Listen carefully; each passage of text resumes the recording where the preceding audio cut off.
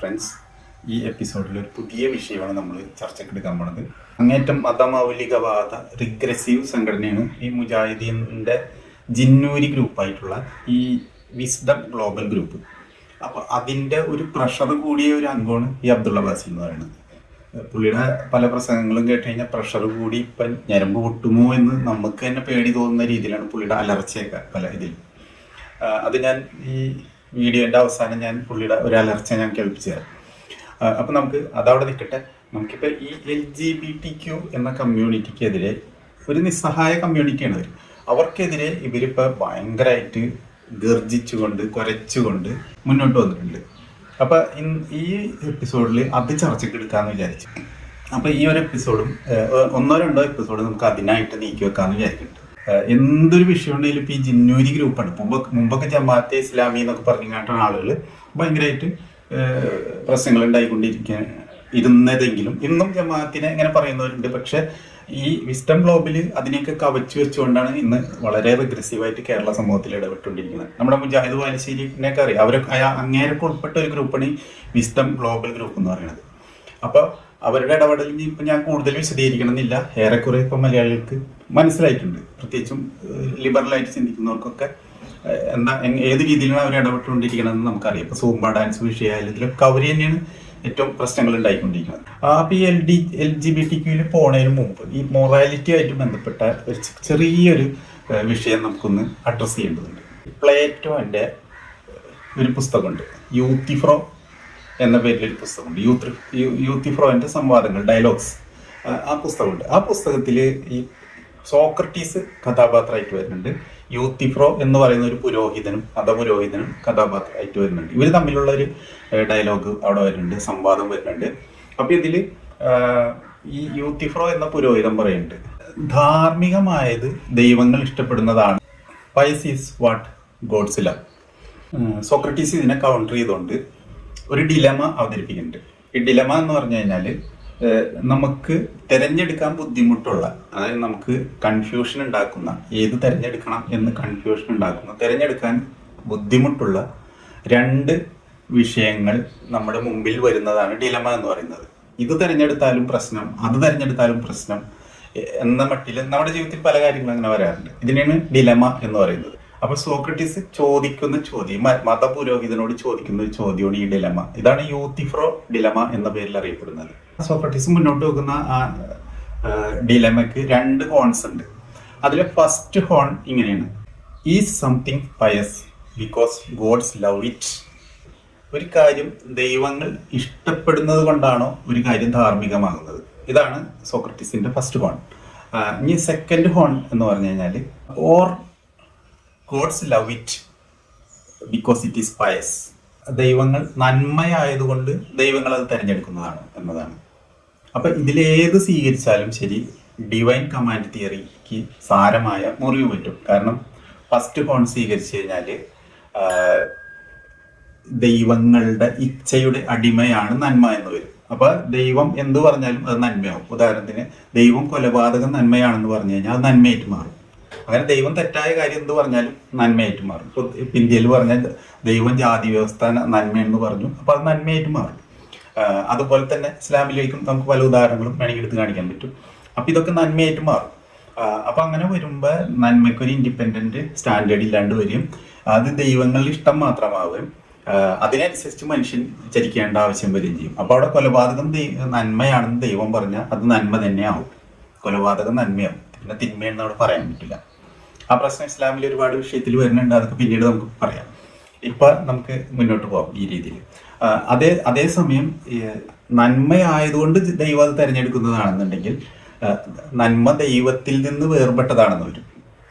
എന്ന് പറഞ്ഞു കഴിഞ്ഞാൽ നന്മയ്ക്കൊരു ഇൻഡിപെൻഡൻറ്റ് സ്റ്റാൻഡേർഡ് ഉണ്ടെന്നും അതുകൊണ്ട് ദൈവം നന്മ തിരഞ്ഞെടുക്കുന്നു എന്നും വരും. അപ്പോഴും ദൈവം അവിടെ നിന്ന് ഔട്ടാവും. മറ്റേതാവുമ്പോൾ ദൈവം അവിടെ മോശമാവുകയും ചെയ്യും.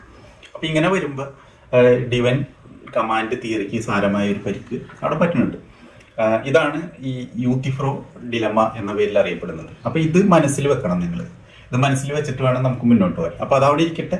ഇതിവിടെ തൽക്കാലം ഫിലോസഫി ചർച്ച ചെയ്യാൻ വേണ്ടി പറഞ്ഞതല്ല. പക്ഷെ ഇവിടെ ഒരു പ്രസക്തമായ വിഷയമായതുകൊണ്ട് ഞാനത് ഫസ്റ്റ് തന്നെ ഒരു ഇൻട്രൊഡക്ഷൻ ആയിട്ട് പറഞ്ഞു വെച്ചെന്നുള്ളൂ. അപ്പം ഇനി നമുക്ക് വിസ്ഡത്തിൻ്റെയും ബാസിലിൻ്റെയും ഈ മറ്റേ LGBT മണ്ടത്തരങ്ങളിലേക്ക് നമുക്ക് പോകാം.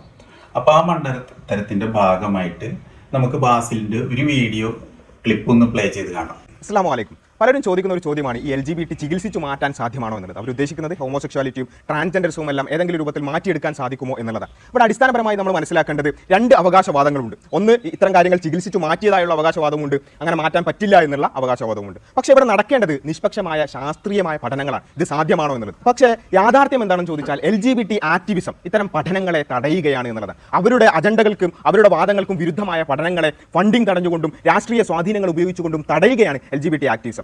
ഇപ്പൊ കേട്ടല്ല, അതായത് ഈ LGBTQ ഇതിന് ചികിത്സയുണ്ടോ എന്നതാണ് പുള്ളി ചോദിക്കുന്നത്. എന്നിട്ട് പുള്ളി എന്നെ ഒരു ഉത്തരവും പറയുന്നുണ്ട്. രണ്ടിനും അവകാശവാദങ്ങളുണ്ട്. അതായത് ചികിത്സയില്ല എന്നും അവകാശവാദമുണ്ട്, ചികിത്സയുണ്ടെന്നും അവകാശവാദമുണ്ട്. ഇതിനാണ് നമ്മൾ പുക ബോംബ് എന്ന് പറയാം, സ്മോക്ക് ബോംബ് എന്ന് പറയും. പുക ബോംബ് ഇട്ട് കഴിഞ്ഞാൽ അവിടെ ആകെ പുക കൊണ്ട് മൂടും. അപ്പൊ ഇവർക്ക് ആക്രമിക്കേണ്ട അല്ലെങ്കിൽ ഈ കലാപകാരികൾക്ക് അല്ലെങ്കിൽ അജിറ്റേറ്റേഴ്സിന് ഇവിടെ ഈ ആക്രമിക്കാനും എന്നുള്ള ടാർഗറ്റ് കാണാണ്ടാവും. അപ്പുറത്ത് ആരെയാണ് ആക്രമിക്കുക എന്ന് അറിയാണ്ടാവും. ചിലപ്പോൾ കൂട്ടത്തിലുള്ളവരെ തന്നെ ആക്രമിക്കുന്ന ഒരവസ്ഥ വരും. അപ്പം എന്ത് ചെയ്യും? ഇവർ നിഷ്ക്രിയരായി നിൽക്കേണ്ട ഒരവസ്ഥ വരും. കാരണം അവർ കാഴ്ച മറിയും. ഇതിനാണ് പുക ബോംബ് എറിയും. ഈ പുക ബോംബ് എറിയാനിവിടെ ഈ ഡോക്ടർ എന്ന് എഴുതി വെച്ചിരിക്കുന്ന അബ്ദുള്ള ബാസിൽ ചെയ്യണം. ഉദാഹരണത്തിന് TBക്ക് ചികിത്സ ഉണ്ടെന്നും ഇല്ലെന്നും അവകാശവാദമുണ്ട്. ഏതെങ്കിലും ഒരു ഡോക്ടർ വന്നിരുന്നിട്ട് അങ്ങനെ പറയും. ഡോക്ടർ പോയിട്ട് ഒരു സാധാരണക്കാരൻ പറയും, ഒരു ആവറേജ് വിവരം വിദ്യാഭ്യാസമുള്ള ഒരു സാധാരണക്കാരൻ പറയൂ. ഓക്കെ, അപ്പൊ അതുപോലെ ഓരോ വിഷയം എടുക്ക്, നമുക്ക് ഓരോ പല പല അസുഖങ്ങൾ എടുക്ക്. ഇതിനൊക്കെ ചികിത്സ ഉണ്ടെന്നും ഇല്ലെന്നും അവകാശവാദങ്ങളുണ്ടോ? ഇപ്പൊ ഷുഗർ 100% അല്ലെങ്കിൽ ഈ ഡയബറ്റീസ് തന്നെയാണ് ഞാൻ ഉദ്ദേശിച്ചത്. 100% അത് ചികിത്സിച്ച് മാറ്റാൻ പറ്റില്ല. പക്ഷെ ഷുഗർ നിയന്ത്രിച്ച് കൊണ്ടുപോകാൻ മെഡിസിൻസ് ഉണ്ട്. അപ്പൊ ഇവിടെ ഒന്നും അവകാശവാദങ്ങളല്ല, അവിടെ കൃത്യമായി മെഡിസിൻസ് ഉണ്ട്. TB പൂർണ്ണമായും ചികിത്സിച്ച് മാറ്റാൻ മെഡിസിൻസ് ഉണ്ട്, ബ്ലഡ് പ്രഷറിന് മെഡിസിൻസ് ഉണ്ട്.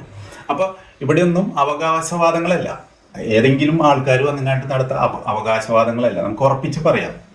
അപ്പൊ ഒരു സാമാന്യ വിവരവും വിദ്യാഭ്യാസമുള്ള ഒരു സാധാരണക്കാരന് പോലും അവിടെ ഒരു അവകാശവാദം അല്ല നടത്തണം, മറിച്ച് അവർ പറയണം അതിന് മെഡിസിൻ ഉണ്ട്, ഇന്ന മെഡിസിൻ ഉണ്ട്, ഇന്ന പ്രിക്കോഷൻസ് അല്ലെങ്കിൽ ഇന്ന റെമഡീസ് നമുക്ക് നമ്മുടെ കയ്യിലുണ്ടെന്ന് നമുക്ക് കൃത്യമായിട്ട് പറയാം. പക്ഷെ LGBTQ വന്നപ്പോൾ എന്താണ് ഒരു ഡോക്ടർ വന്നിരുന്ന് കണ്ടിട്ട് ഈ അവകാശവാദം പറയുന്നത്? അപ്പൊ അതിന്റെ തന്നെ അർത്ഥം എന്താണ്? അതിന് ട്രീറ്റ്മെന്റ് ഇല്ല. അതാണ് ഈ അവകാശവാദത്തിൽ നിർത്തേണ്ടി വന്നത്. അതായത് മാറ്റാമെന്നും മാറ്റാൻ പറ്റില്ലെന്നും അവകാശവാദമുണ്ട് എന്നാണ് പറയുന്നത്. ഇതിനെയാണ് പുക ബോംബ് എറിയാന്ന് പറഞ്ഞത്. അതായത് പുള്ളിക്ക് എന്തോ പറയാനുണ്ട്, അല്ലെങ്കിൽ പുള്ളിയുടെ വാദങ്ങൾക്ക്, ഈ വിസ്ഡം ഗ്ലോബലിന്റെ റിഗ്രസീവായ വാദങ്ങൾക്ക് അനുകൂലമായി സംതിങ് പറയാനുണ്ട് എന്ന് വരുത്താൻ വേണ്ടിയിട്ടാണ് ഈ പുക ബോംബ് എറിഞ്ഞത്, ഈ അവകാശവാദം എന്ന് മുന്നോട്ട് വെച്ച്.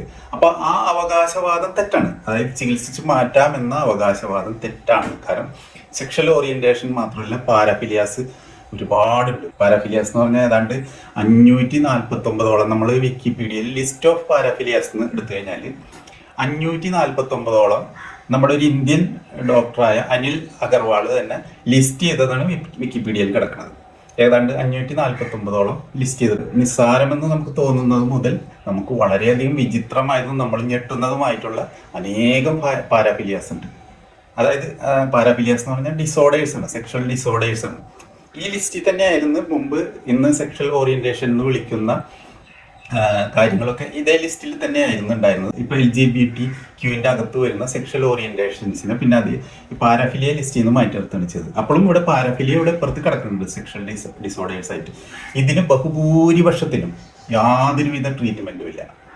ട്രീറ്റ് ചെയ്യാമെന്ന് പറഞ്ഞ ഏതെങ്കിലും ഡോക്ടർ ഇത് ചെയ്ത് കഴിഞ്ഞാൽ ഈ പോകുന്ന പാവപ്പെട്ടവന്റെ പൈസയും പോവും, സമയവും നഷ്ടം എന്നല്ലാതെ വേറെ യാതൊരു കാര്യമില്ല. പിന്നെ ഇവൻ ചിലപ്പോൾ പീഡനത്തിന് വിധേയനാവാനും മതി.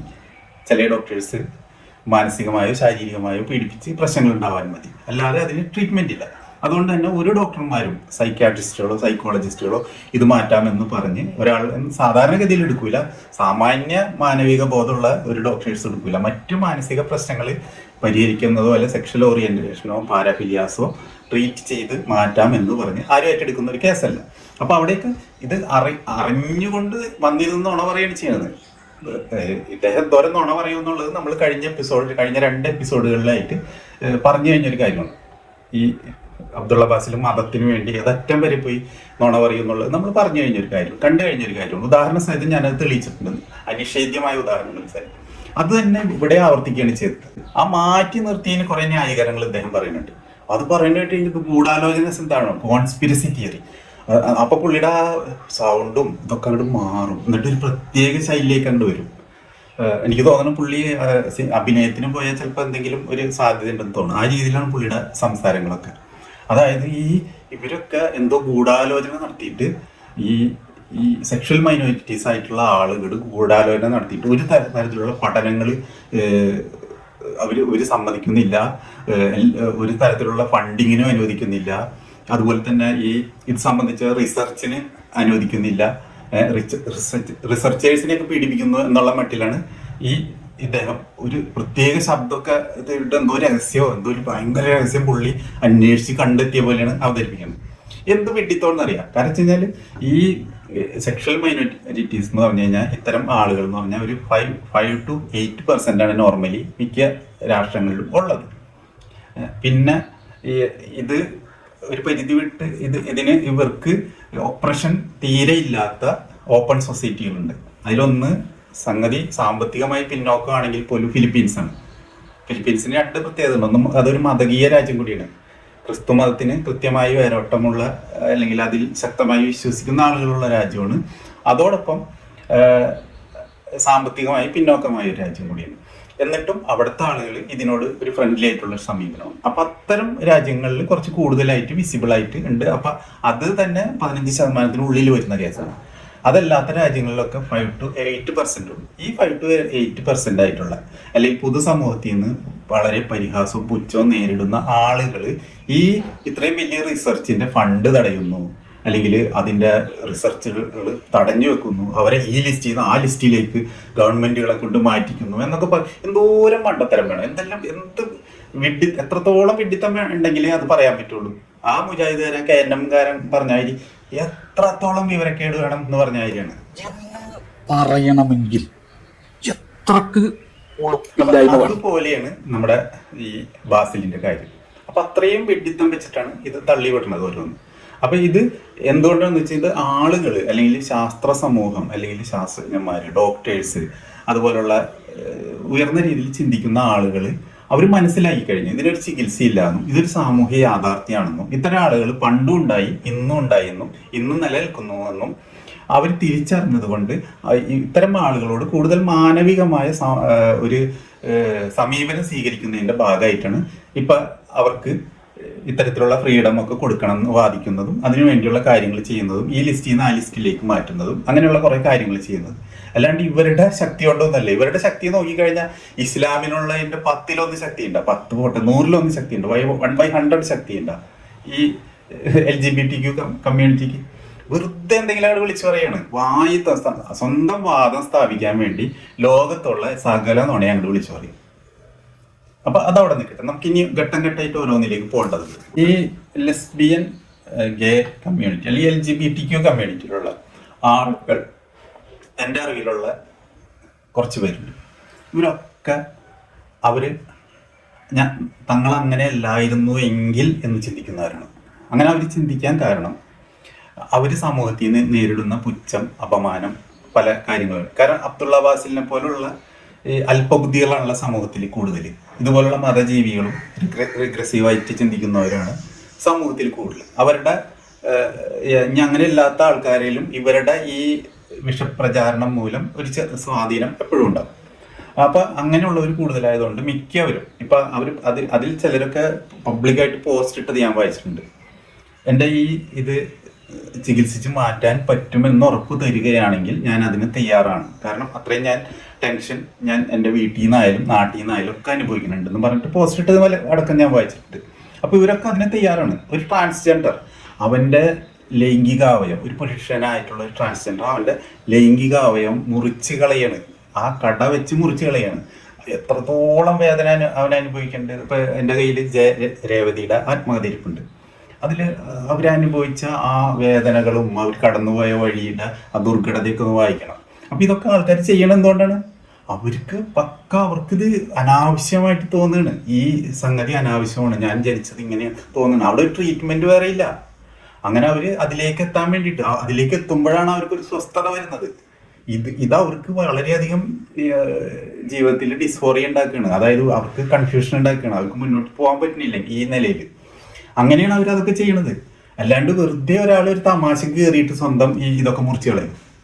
അപ്പൊ ഇതൊന്നും മനസ്സിലാക്കാനുള്ള ഒരു സാമാന്യ ബുദ്ധിയോ മാനസിക വിശാലതയോ വിവരമോ വിദ്യാഭ്യാസമോ ഒന്നുമില്ലാത്ത ഒരു സംഘമായിട്ട് ഇവർ അധപ്പതിച്ചെന്നുള്ളതാണ്. അപ്പൊ ഇങ്ങനെയാണ് ട്രാൻസ്ജെൻഡേഴ്സിന്റെയും ഇതേപോലെ തന്നെയാണ് ഗെയ്സിന്റെയും ലെസ്ബിയന്റെയും അവസ്ഥ. അവർക്ക് അവരുടെ ആ സെയിം സെക്സിനോടല്ലാണ്ട് അവർക്ക് സെക്സ് തോന്നുന്നില്ല. മറ്റവരോട് തോന്നിയാൽ തന്നെ അതിന് വലിയ പ്രസക്തിയില്ല. അത് വളരെ നിസ്സാരമായിരിക്കും ആ ഗ്രാവിറ്റി. ഇവിടെ അവർക്ക് യഥാർത്ഥ ഗ്രാവിറ്റി കിടക്കുന്നത് മുഴുവൻ ഇതിനാണ്, സെയിം സെക്സിനോടാണ്. അപ്പൊ ഇതുകൊണ്ടാണ് അവരങ്ങനെ ആയത്. ഇത് മനസ്സിലാക്കാനുള്ള ഒരു സാമാന്യ ബുദ്ധിയോ ശേഷിയോ ഇല്ലാണ്ട് വായി തോന്നിയതൊക്കെ അങ്ങോട്ട് വിളിച്ചു പറയുന്നത്. എന്താണെന്ന് വെച്ച് കഴിഞ്ഞാൽ ഇത് 7-ാം നൂറ്റാണ്ടിലെ മുഹമ്മദിന് ഇത് ഇഷ്ടമല്ല. ഇതാണ് അതിന്റെ കാര്യം. അതുകൊണ്ടാണ് ഞാൻ യൂത്തിഫ്രോ ഡിലമ മനസ്സിൽ വെക്കണം എന്ന് പറഞ്ഞത്. നമ്മുടെ ഈ ഇതിൽ മുഴുവൻ ഈ യൂത്തിഫ്രോ ഡിലമ ഒരു മെയിൻ ഇമ്പോർട്ടൻ്റ് ആയിട്ട് വരും. അതായത് മുഹമ്മദിന് ഇഷ്ടമില്ല. ഇസ്ലാമിന്റെ ദൈവം മുഹമ്മദാണ്, അള്ളാഹു എന്നൊക്കെ പറയുമെങ്കിലും അള്ളാഹു മുഹമ്മദിന്റെ ഫേക്ക് ഐഡിയ ആണ്. അപ്പൊ ഈ ഇസ്ലാമിന്റെ ദൈവം അത്യധികമായിട്ട് മുഹമ്മദാണ്. അപ്പൊ മുഹമ്മദിന് ഇത് ഇഷ്ടമല്ല. ഇതാണ് പ്രശ്നം. മുഹമ്മദിന് ഇഷ്ടമാണെന്നുണ്ടെങ്കിൽ ചരിത്രം വേറെ ഒന്നായി മാറിയാണ്. അങ്ങനെയാണെങ്കിൽ ഇപ്പൊ അബ്ദുൾ അബ്ബാസിലൊക്കെ അലറുന്നത് ഈ LGBTQ അവകാശത്തിന് വേണ്ടിയായി മാറി. ഇതിന് ചികിത്സ ഉണ്ടെങ്കിൽ അവരത് ചെയ്യാൻ തയ്യാറാണ്. ഇഷ്ടം പോലെ ആളുകൾ അതിന് തയ്യാറാണ്. പക്ഷെ അതിന് ചികിത്സയില്ല. ഡോക്ടർ സുഡാ PK അബ്ദുള്ള വന്നിട്ട് ഇതിന് ചികിത്സ ഉണ്ടെന്ന് പറഞ്ഞാൽ ആ പാവത്തിന്റെ കാശ് പോകുന്നുണ്ട്. അല്ലെങ്കിൽ സുഡാ PK അബ്ദുള്ളയുടെ പോക്കറ്റിൽ മറ്റുള്ളവരെ കാശ് വന്നെന്ന് അറിയുന്ന ഇത്തരം ആളുകളുടെ കാശ് വന്നെന്ന് അറിയുന്നല്ലാണ്ട് ഈ സംഗതിക്ക് ഒരു പരിഹാരം ഉണ്ടാവില്ല. അപ്പൊ എന്തിനാ അവരത് നിൽക്കണമെന്ന് വിചാരിച്ചിട്ട് അവർ പോവില്ല. ഇവർക്കും ഒരു കൃത്യമായിട്ടൊരു ഇത് കൊടുക്കാനില്ല. അല്ലെങ്കിൽ അബ്ദുള്ള അബ്ബാസിൽ പറയണ്ട ഇന്ന സ്ഥലത്ത് ക്ലിനിക്ക് ഉണ്ട്, ഞങ്ങൾ ഗ്യാരണ്ടിയാണ്, വിസ്ഡം ഗ്ലോബൽ ഗ്യാരണ്ടിയാണ്, ഇതിന് ട്രീറ്റ്മെന്റ് ഉണ്ട് എന്ന് പറയുമോ? ഇപ്പൊ TB പേഷ്യൻസ് ആണെങ്കിൽ അബ്ദുള്ള അബ്ബാസിൽ ധൈര്യപ്പെട്ട് പറയാം. വേണമെങ്കിൽ ഒരു ചലഞ്ചൊക്കെ വെക്കാം. ഈ കാര്യത്തിൽ അത് പറയാൻ പറ്റുമോ? പണ്ടൊരു കവയത്രി എഴുതിയത് ഞാൻ വായിച്ചിട്ടുണ്ട്. അതായത് ഈ ആണാവാൻ കൊതിക്കാത്ത പെണ്ണുങ്ങളുണ്ടോ, പെണ്ണാവാൻ കൊതിക്കുന്ന ആണുങ്ങളുണ്ടോന്ന്.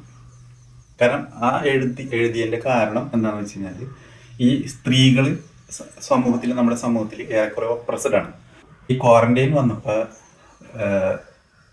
ഏറ്റവും പ്രശ്നം ഉണ്ടായത് പുരുഷന്മാർക്കാണ്. അവർക്കാണ് മാനസിക പ്രശ്നങ്ങൾ വന്നതും അവരാണ് പഴം മേടിക്കാൻ പോയി പോലീസിന്റെ ചീത്ത വിളി കേട്ടതും അവർക്ക് ഈ ആര്യഭവനിൽ നിന്ന് ബോണ്ട കഴിച്ച് ശീലിച്ചു പോയി, അതുകൊണ്ട് എനിക്ക് അവിടെ തന്നെ പോയി ബോണ്ട കഴിക്കണം എന്ന് പറഞ്ഞിട്ട് പ്രശ്നം ഉണ്ടായതും ഒക്കെ ഈ പുരുഷന്മാർക്കാണ്, സ്ത്രീകൾക്കല്ല. സ്ത്രീകൾക്ക് അന്ന് ആര്യഭവനിൽ നിന്ന് ബോണ്ട വേണ്ട, പഴം മേടിക്കാൻ പോണ്ട, അങ്ങനെയുള്ള പ്രശ്നങ്ങളൊന്നുമില്ല. അപ്പോൾ ഇത് മുഴുവൻ ഉണ്ടായത് പുരുഷന്മാർക്കാണ്. കാരണം വെച്ച് കഴിഞ്ഞാൽ സ്ത്രീകൾ ഇന്നും ക്വാറന്റൈനിലാണ്.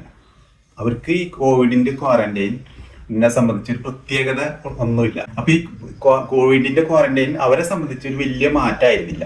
അവരെ സംബന്ധിച്ച് മാറ്റം എന്ന് പറഞ്ഞാൽ ടൗണിൽ കടകളൊന്നും തുറക്കുന്നില്ല, വാഹനങ്ങൾ കുറവ്, റോഡിൽ പിന്നെ തങ്ങളുടെ വീട്ടിലെ പുരുഷന്മാര് എപ്പോഴും തോന്നുമ്പോൾ ഷർട്ടിട്ട് ഞാൻ പോരാന്ന് പറഞ്ഞ് ഇറങ്ങിപ്പോയിരുന്ന ആളുകളൊക്കെ സ്ഥിരം വീട്ടിലുണ്ട്. ഇതൊക്കെയായിരുന്നു അവരുടെ പ്രത്യേകത. അല്ലാണ്ട് വീട്ടിലിരിക്കുന്നു എന്നുള്ളത് അവരെ സംബന്ധിച്ച്, കാരണം അവർ സ്ഥിരം ക്വാറന്റൈനിലാണ് സ്ത്രീകൾ. പക്ഷെ അവരിതൊക്കെ വാച്ച് ചെയ്യുന്നുണ്ട്. ഈ പുരുഷന്മാർ സ്വാതന്ത്ര്യം വാച്ച് ചെയ്യുന്നുണ്ട്. ഹിലാൽ കെ സുഡാപ്പി എന്നൊരു സഹോദരനുണ്ട് അബ്ദുള്ള അബ്ബാസിൽ. അവന് ഒരു 8 മണിയാവുമ്പോ ഷർട്ട് വിട്ട് ഞാൻ പോരാന്നും പറഞ്ഞ് ഇറങ്ങിപ്പോവാ. അപ്പൊ ഉമ്മ ചിലപ്പോൾ മുറിവർക്കും, ഈ സമയത്ത് നീ എവിടെ പോണു, രാത്രി 8 മണിയായി, അതാണ് ചിലക്കാണ്ടിരിക്കും എന്നും പറഞ്ഞിട്ട് അവൻ അങ്ങോട്ട് ഇറങ്ങിപ്പോകും. എന്നിട്ട് അവന് 9 മണിക്കാ 10 മണിക്കാ 11 മണിക്കാ കയറി വരും. ഇത് അവന് അനുവദിച്ചിട്ടുള്ളതാണ്. ഇതിന്റെ പേരിൽ അവിടെ പ്രത്യേകിച്ച് ഒരു പ്രത്യേകതയൊന്നുമില്ല. അതേസമയം അബ്ദുള്ള അബ്ബാസിന് ഒരു സിസ്റ്റർ ഉണ്ടെന്ന് നോക്കാം, സുഡാ PK ഫാത്തിമ. ഫാത്തിമക്ക് ഇതുപോലെ ഇറങ്ങിപ്പോകാൻ പറ്റുമോ? ഒരു ഷാൾ എടുത്തിട്ടിട്ട് ഞാൻ പോരാന്ന് പറഞ്ഞ് 8 മണിക്ക്, രാത്രി 8 മണിക്ക് ഇറങ്ങിപ്പോകാൻ പറ്റും? 8 മണിക്ക് ഇറങ്ങിപ്പോയാൽ അവിടെ വലിയ വിഷയങ്ങൾ നടക്കും. മനസ്സിലായില്ലേ? അവിടെ അന്ന് ഇഷ്യൂ നടക്കും, ഭയങ്കര പ്രശ്നങ്ങൾ നടക്കും. അപ്പൊ ഇതാണ് സ്ത്രീയും പുരുഷനും തമ്മിലുള്ള വ്യത്യാസം എന്ന് പറയുന്നത്. അപ്പൊ ഇത് സ്ത്രീകൾ കാണുന്നുണ്ട്, അവർ ഒബ്സർവ് ചെയ്യുന്നുണ്ട്.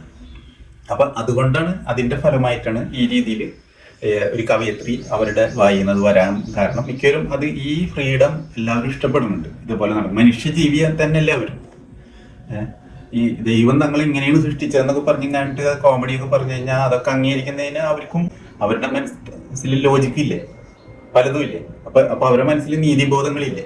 അപ്പൊ അവരത് കാണുന്നുണ്ട്, അതുകൊണ്ടാണ് അങ്ങനെ പറഞ്ഞത്. അപ്പൊ അതുപോലെ തന്നെയാണ് ഈ ഇവരുടെ കാര്യം, LGBT കമ്മ്യൂണിറ്റിയുടെയും അതുപോലുള്ളവരുടെ കാര്യം. തങ്ങൾ ഇങ്ങനെ അല്ലായിരുന്നെങ്കിൽ എന്ന് ആഗ്രഹിക്കാത്തവര് അവരിൽ ഉണ്ടോന്ന് തന്നെ സംശയമാണ്. ഉണ്ടെങ്കിൽ തന്നെ അതിന്യൂനപക്ഷമായിരിക്കും മിക്കവരും. തങ്ങൾ ഇങ്ങനെ അല്ലായിരുന്നെങ്കിൽ, അല്ലെങ്കിൽ മറ്റേ ഹെട്രോസെക്ഷലിന്റെ പോലെ തന്നെ ഒരു പെർഫെക്റ്റ് ഹെട്രോസെക്ഷൽസ് ആയിരുന്നു എങ്കിൽ എന്ന് തന്നെ ആഗ്രഹിക്കുന്നവരാണ്.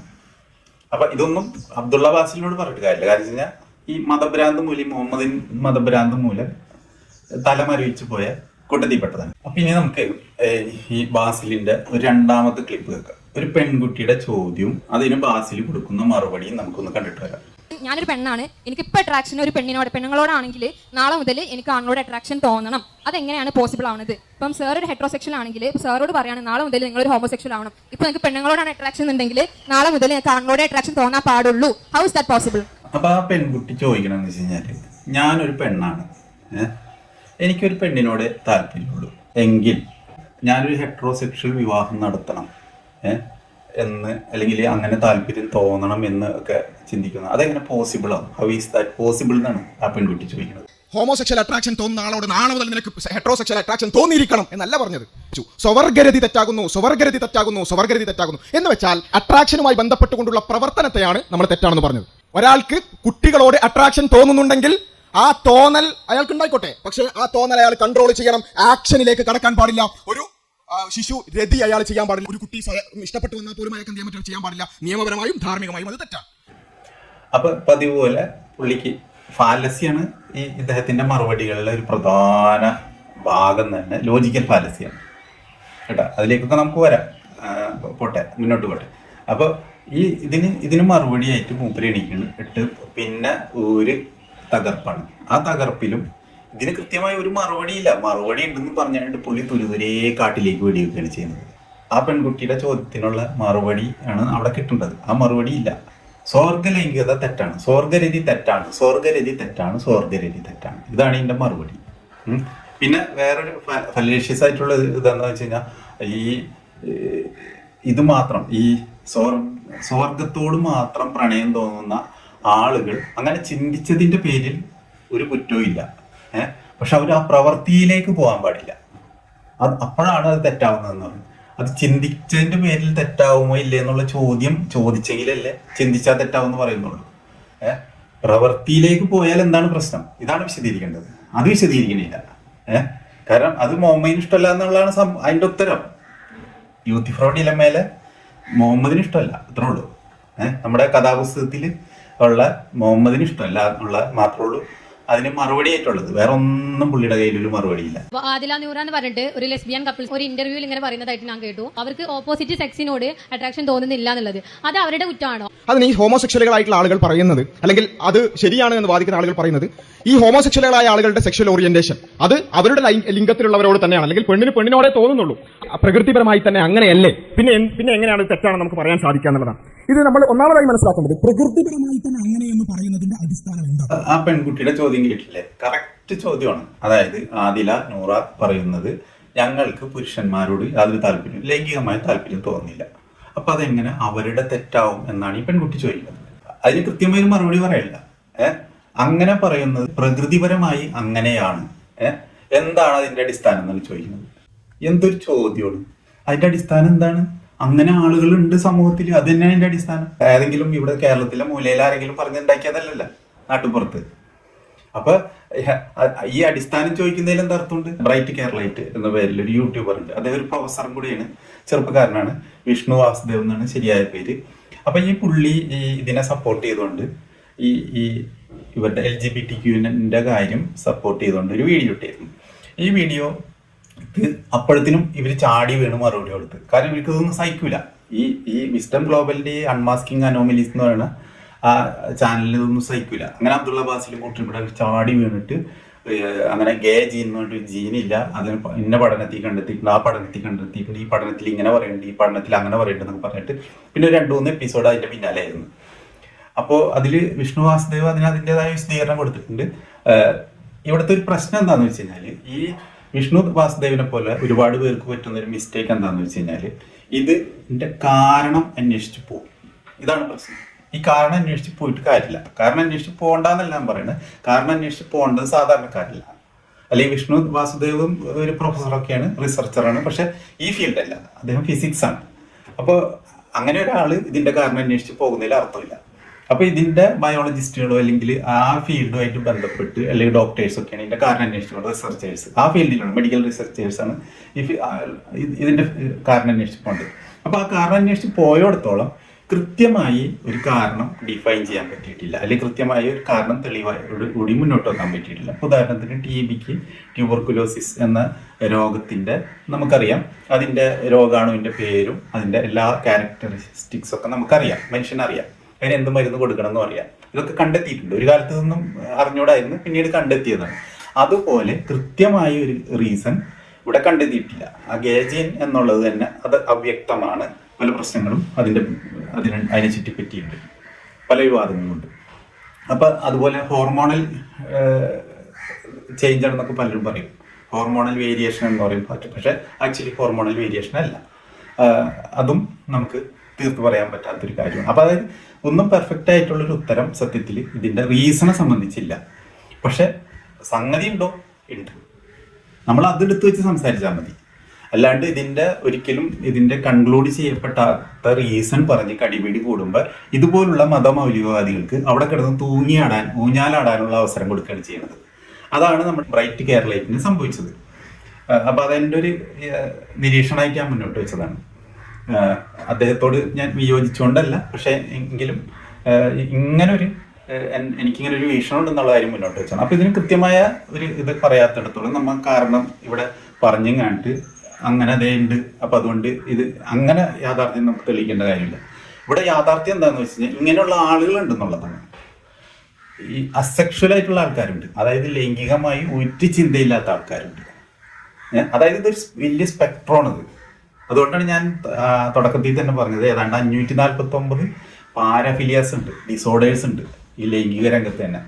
അതിലുള്ള പല ഡിസോർഡേഴ്സും കേട്ടാൽ നിങ്ങൾക്ക് തന്നെ അല്ലെങ്കിൽ കേൾക്കുന്നവർക്ക്, ചിലപ്പോൾ ആദ്യമായിട്ട് കേൾക്കുന്നവരാണെങ്കിൽ വളരെയധികം ഷോക്കിംഗ് ആയിരിക്കും, അന്തം വിട്ടുപോകും. അതിലുള്ള ചിലർക്ക് കാലുകളോടായിരിക്കും സെക്ഷൽ പ്രണയം. അതായത് ആ വ്യക്തിയുടെ മറ്റ് പാർട്ടുകളൊന്നും ആയിരിക്കില്ല ഈ വ്യക്തിക്ക് നോട്ടവും, അല്ലെങ്കിൽ അവരതിനെ ട്രീറ്റ് ചെയ്യാൻ ആഗ്രഹിക്കുന്നതും അവരെ കാലുകളെ മാത്രമായിരിക്കും. ആ ഫുഡ് ഫെറ്റിഷ് ഗ്രൂപ്പ്സ് ഫേസ്ബുക്ക് കൂട്ടായ്മകളുണ്ട് അവരുടെ. അതിൽ കയറി കഴിഞ്ഞാൽ വിചിത്രമായ പല വീഡിയോസും പല പോസ്റ്റുകളും ഇതെല്ലാം നമുക്ക് കാണാം. നമ്മൾ അന്തം വിട്ട് നിൽക്കും അത് വായിച്ചിട്ട് അല്ലെങ്കിൽ അത് കണ്ടിട്ട്. അപ്പോൾ അവർക്ക് ഇഷ്ടം കാലുകളോട് മാത്രമാണ്. പിന്നെ ഒരു അതിഭീകരമായ ഒരു സംഭവമുണ്ട്, കോപ്രോഫീലിയ എന്ന് പറഞ്ഞിട്ട്. ഗൂഗിളിൽ ഒന്ന് അടിച്ചു വയ്ക്കാൻ മതി. ഞാൻ പറഞ്ഞ വിക്കിപീഡിയയിലെ പാരാഫിലിയ ലിസ്റ്റിലും കോപ്രോഫീലിയ ഉണ്ട്. അതിൽ C എന്നുള്ള, അതായത് A തൊട്ട് ആൽഫബറ്റിക് ഓർഡറിലുള്ള മിക്ക അക്ഷരങ്ങളിലുള്ള പാരാഫിലിയാസ് ഉണ്ട്. അങ്ങനെ മൊത്തം 549 ഒരു ഇന്ത്യൻ ഡോക്ടറായ അനിൽ അഗർവാൾ എന്നെ ലിസ്റ്റ് ചെയ്തതാണ് വിക്കിപീഡിയയിൽ കിടക്കുന്നത്. അപ്പോൾ അതിലൊന്നാണ് കോപ്രോഫീലിയ. കോപ്രോഫീലിയ എന്ന് പറഞ്ഞാൽ മലത്തോടുള്ള ലൈംഗിക ആകർഷണം. സാധാരണ ഇതിൽ നമ്മൾ ഷോക്കിംഗ് ആവില്ലേ, ഇതെങ്ങനെ സാധിക്കണം എന്ന് ചോദിച്ചാൽ. പക്ഷെ അങ്ങനെ ഉണ്ടെന്ന് മാത്രമല്ല, അവർക്ക് വേണ്ടി പോൺ സൈറ്റ് അടക്കമുണ്ട്. അത് കണ്ടാൽ നമ്മൾ ഛർദ്ദിച്ച് അവശതയായി പോകും ഒരു ആവറേജ് മനുഷ്യൻ. അപ്പോൾ അതിനുവേണ്ടി സ്പെഷ്യലായിട്ടാണ്, അത് നോർമൽ പോൺ സൈറ്റുകളിലല്ല അതിൻ്റെ ഇത് കിടക്കുന്നത്. അപ്പം ഇങ്ങനെയുള്ള ഒരുപാട് വിചിത്രമായ ഇതുണ്ട്. ഇതൊക്കെ യാഥാർത്ഥ്യങ്ങളാണ്. ഒരു നോർമലായിട്ടുള്ള ഇത് അത്തരത്തിലുള്ള ഒരു ഓറിയന്റേഷൻ ഇല്ലാത്ത ഒരാളെ സംബന്ധിച്ചിടത്തോളം അത് ചെയ്യാൻ പറ്റുമോ? അപ്പൊ അവർക്കത് അതൊരു യാഥാർത്ഥ്യമാണ്. അപ്പൊ പ്രകൃതി എന്താണ് എന്നൊക്കെ ചോദിക്കുന്നതെന്ന് വെച്ച് കഴിഞ്ഞാൽ, ഒരു ഡോക്ടർ എന്ന് എഴുതി വെച്ചിട്ട് ഇതെന്താ ഡോക്ടർ ആയിക്കോട്ടെ, ഒരു ഡോക്ടറല്ലേ, BDS ഡോക്ടർ ആണെങ്കിൽ പോലും ഒരു ഡോക്ടറല്ലേ. നിന്നല്ലടാ അവനെ മായൻകുട്ടി, നീ വാ. എന്താ നീ എന്തിനാ പഠിക്കണേ? ഫൈനൽ ഇയർ LLBക്ക്. അതല്ല ചോദിച്ചത്, നീ എന്തിനാ പഠിക്കണേന്ന്. നീ ഒന്നും പഠിച്ചിട്ട് ഒരു കാര്യമില്ല, വെറുതെ കോളേജിന്റെ പേര് കളയാനായിട്ട്. അയ്യേ, ഞാൻ ഇങ്ങനെ എന്തിനാ ഈ ഡോക്ടർ എന്നും പറഞ്ഞു നടക്കുന്നത്? ഇയാളുടെ ഡോക്ടർ ഡിഗ്രി തന്നെ ചോദ്യം ചെയ്യപ്പെട്ട ഒരു കാര്യമല്ലേ. അപ്പൊ പ്രകൃതിപരം എന്ന് പറഞ്ഞു കഴിഞ്ഞാൽ അങ്ങനെയുള്ള വസ്തുത ഉണ്ടെന്നുള്ളതാണ്, നമ്മുടെ പ്രകൃതിയിൽ ഉണ്ട് എന്നുള്ളതാണ്, നമ്മുടെ സമൂഹത്തിൽ അങ്ങനെയുള്ള ആളുകൾ ജീവിക്കുന്നുണ്ട് എന്നുള്ളതാണ്. അസെക്ഷൽ ആയിട്ടുള്ള ആൾക്കാർക്ക് ലൈംഗികമായ യാതൊരു ചിന്തയേ ഉണ്ടാവില്ല എന്നുള്ളതാണ് ഗൾഫിൽ എന്നോടൊപ്പം ജോലി ചെയ്തിരുന്ന ഒരു സുഹൃത്തിന്റെ വൈഫ് അസെക്ഷലാണ്. പക്ഷെ ഇവരുടെ പ്രേമവിവാഹമായിരുന്നു. അതാണ് അതിന്റെ ഏറ്റവും വലിയ ഒരു വൈരുദ്ധ്യാത്മക വശം. ഇവർ പ്രേമവിവാഹമായിരുന്നു. പക്ഷെ ഇവനറിഞ്ഞൂടാ ഈ പെൺകുട്ടി അസെക്ഷലാണ്. ആ പെൺകുട്ടിയും പൂർണ്ണമായിട്ടും അത് തിരിച്ചറിഞ്ഞിരുന്നില്ല എന്നുള്ളതാണ് വസ്തുത. അങ്ങനെ വിവാഹം കഴിഞ്ഞതിന് ശേഷം ആക്ച്വലി ഒരു കുട്ടി ഉണ്ടായെങ്കിൽ പോലും ആ കുട്ടി ഉണ്ടായത് പുള്ളി പറയണത് അത് കുട്ടിക്ക് വേണ്ടി കുട്ടി ഉണ്ടായത് മാത്രമാണ്. ആ പെൺകുട്ടി 100% അസെക്ഷലാണ്, ആരോടും താല്പര്യമില്ല, എന്നാൽ ഇവനെ ജീവനാണ്. അത് വേറെ കാര്യം. ഇവനോട് സ്നേഹത്തിൽ യാതൊരു കുറവില്ല. ഇവനെ ജീവനാണ് ആ പെൺകുട്ടി. ഇവനെ നഷ്ടപ്പെടുന്ന ആലോചിക്കാൻ പോലും പറ്റാത്ത അത്ര സ്നേഹമാണ്. അതുകൊണ്ട് ഇവൻ കൊണ്ടു നടക്കുന്നുണ്ട്. സുന്ദരി പെൺകുട്ടിയാണെങ്കിൽ ഫോട്ടോ ഒക്കെ കാണിച്ചു തന്നിട്ടുണ്ട്. പക്ഷെ എന്നിട്ട് ഡോക്ടർമാരുടെ അടുത്ത് പല സ്ഥലത്തും കൊണ്ടു നടന്ന് ഒടുവിൽ ഡോക്ടർമാരൊക്കെ കൈ ഒഴിഞ്ഞ് അവർ പറഞ്ഞത് ഇങ്ങനെയുള്ള ആളുകളും സമൂഹത്തിലുണ്ട്, അതിനൊന്നും ചെയ്യാൻ പറ്റില്ല എന്നാണ് പറഞ്ഞിട്ടാണ് അവസാനിപ്പിച്ചത് ആ വിഷയം. അപ്പൊ ഇങ്ങനെയുള്ള ആളുകളുണ്ട്, ഹൈപ്പർ സെക്ഷുവാലിറ്റി ഉള്ളവരുണ്ട്, ഇതേപോലുള്ള പ്രശസ്ത മെന്റാലിറ്റി ഉള്ളവരുണ്ട്, ഗെയ്സ് ഉണ്ട്, ലെസ്ബിയൻസ് ഉണ്ട്, ബൈസെക്ഷൽസ് ഉണ്ട്. രണ്ടുപേരോട് ഇത് ഇപ്പൊ ഏറ്റവും പ്രശസ്തയായ കേരളത്തിലെ ഒരു ബൈസെക്ഷൽ ആയിട്ട് ഞാൻ കാണുന്നത് അഡ്വക്കേറ്റ് ബാബില, സുപ്രീം കോടതി വക്കീലാണ് അഡ്വക്കേറ്റ് ബാബില. ഒരു മുസ്ലിം കുടുംബത്തിൽ നിന്നുള്ള ഒരു സ്ത്രീയാണ്. അവർ പബ്ലിക്കായിട്ട് പറയും. അവരുടെ വീഡിയോ യൂട്യൂബിലുള്ളത് കൊണ്ടാണ് ഞാൻ അവരുടെ പേര് പറയാൻ കാരണം അവർ ഡിക്ലെയർഡ് ആണ്. അവരത് വിളിച്ചു വെക്കുന്ന ഒരാളല്ല. അവർ പറയുന്നത് എനിക്കൊരു ഭർത്താവുണ്ട്, എന്നാൽ എനിക്കൊരു ഭാര്യ ഉണ്ടെന്നാണ് അവർ പറയുന്നത്. ഞാൻ ഭാഗ്യവതി എന്നാണ് അവർ പറയുന്നത്. അപ്പൊ ഇങ്ങനെയുള്ള ആളുകളുണ്ട്.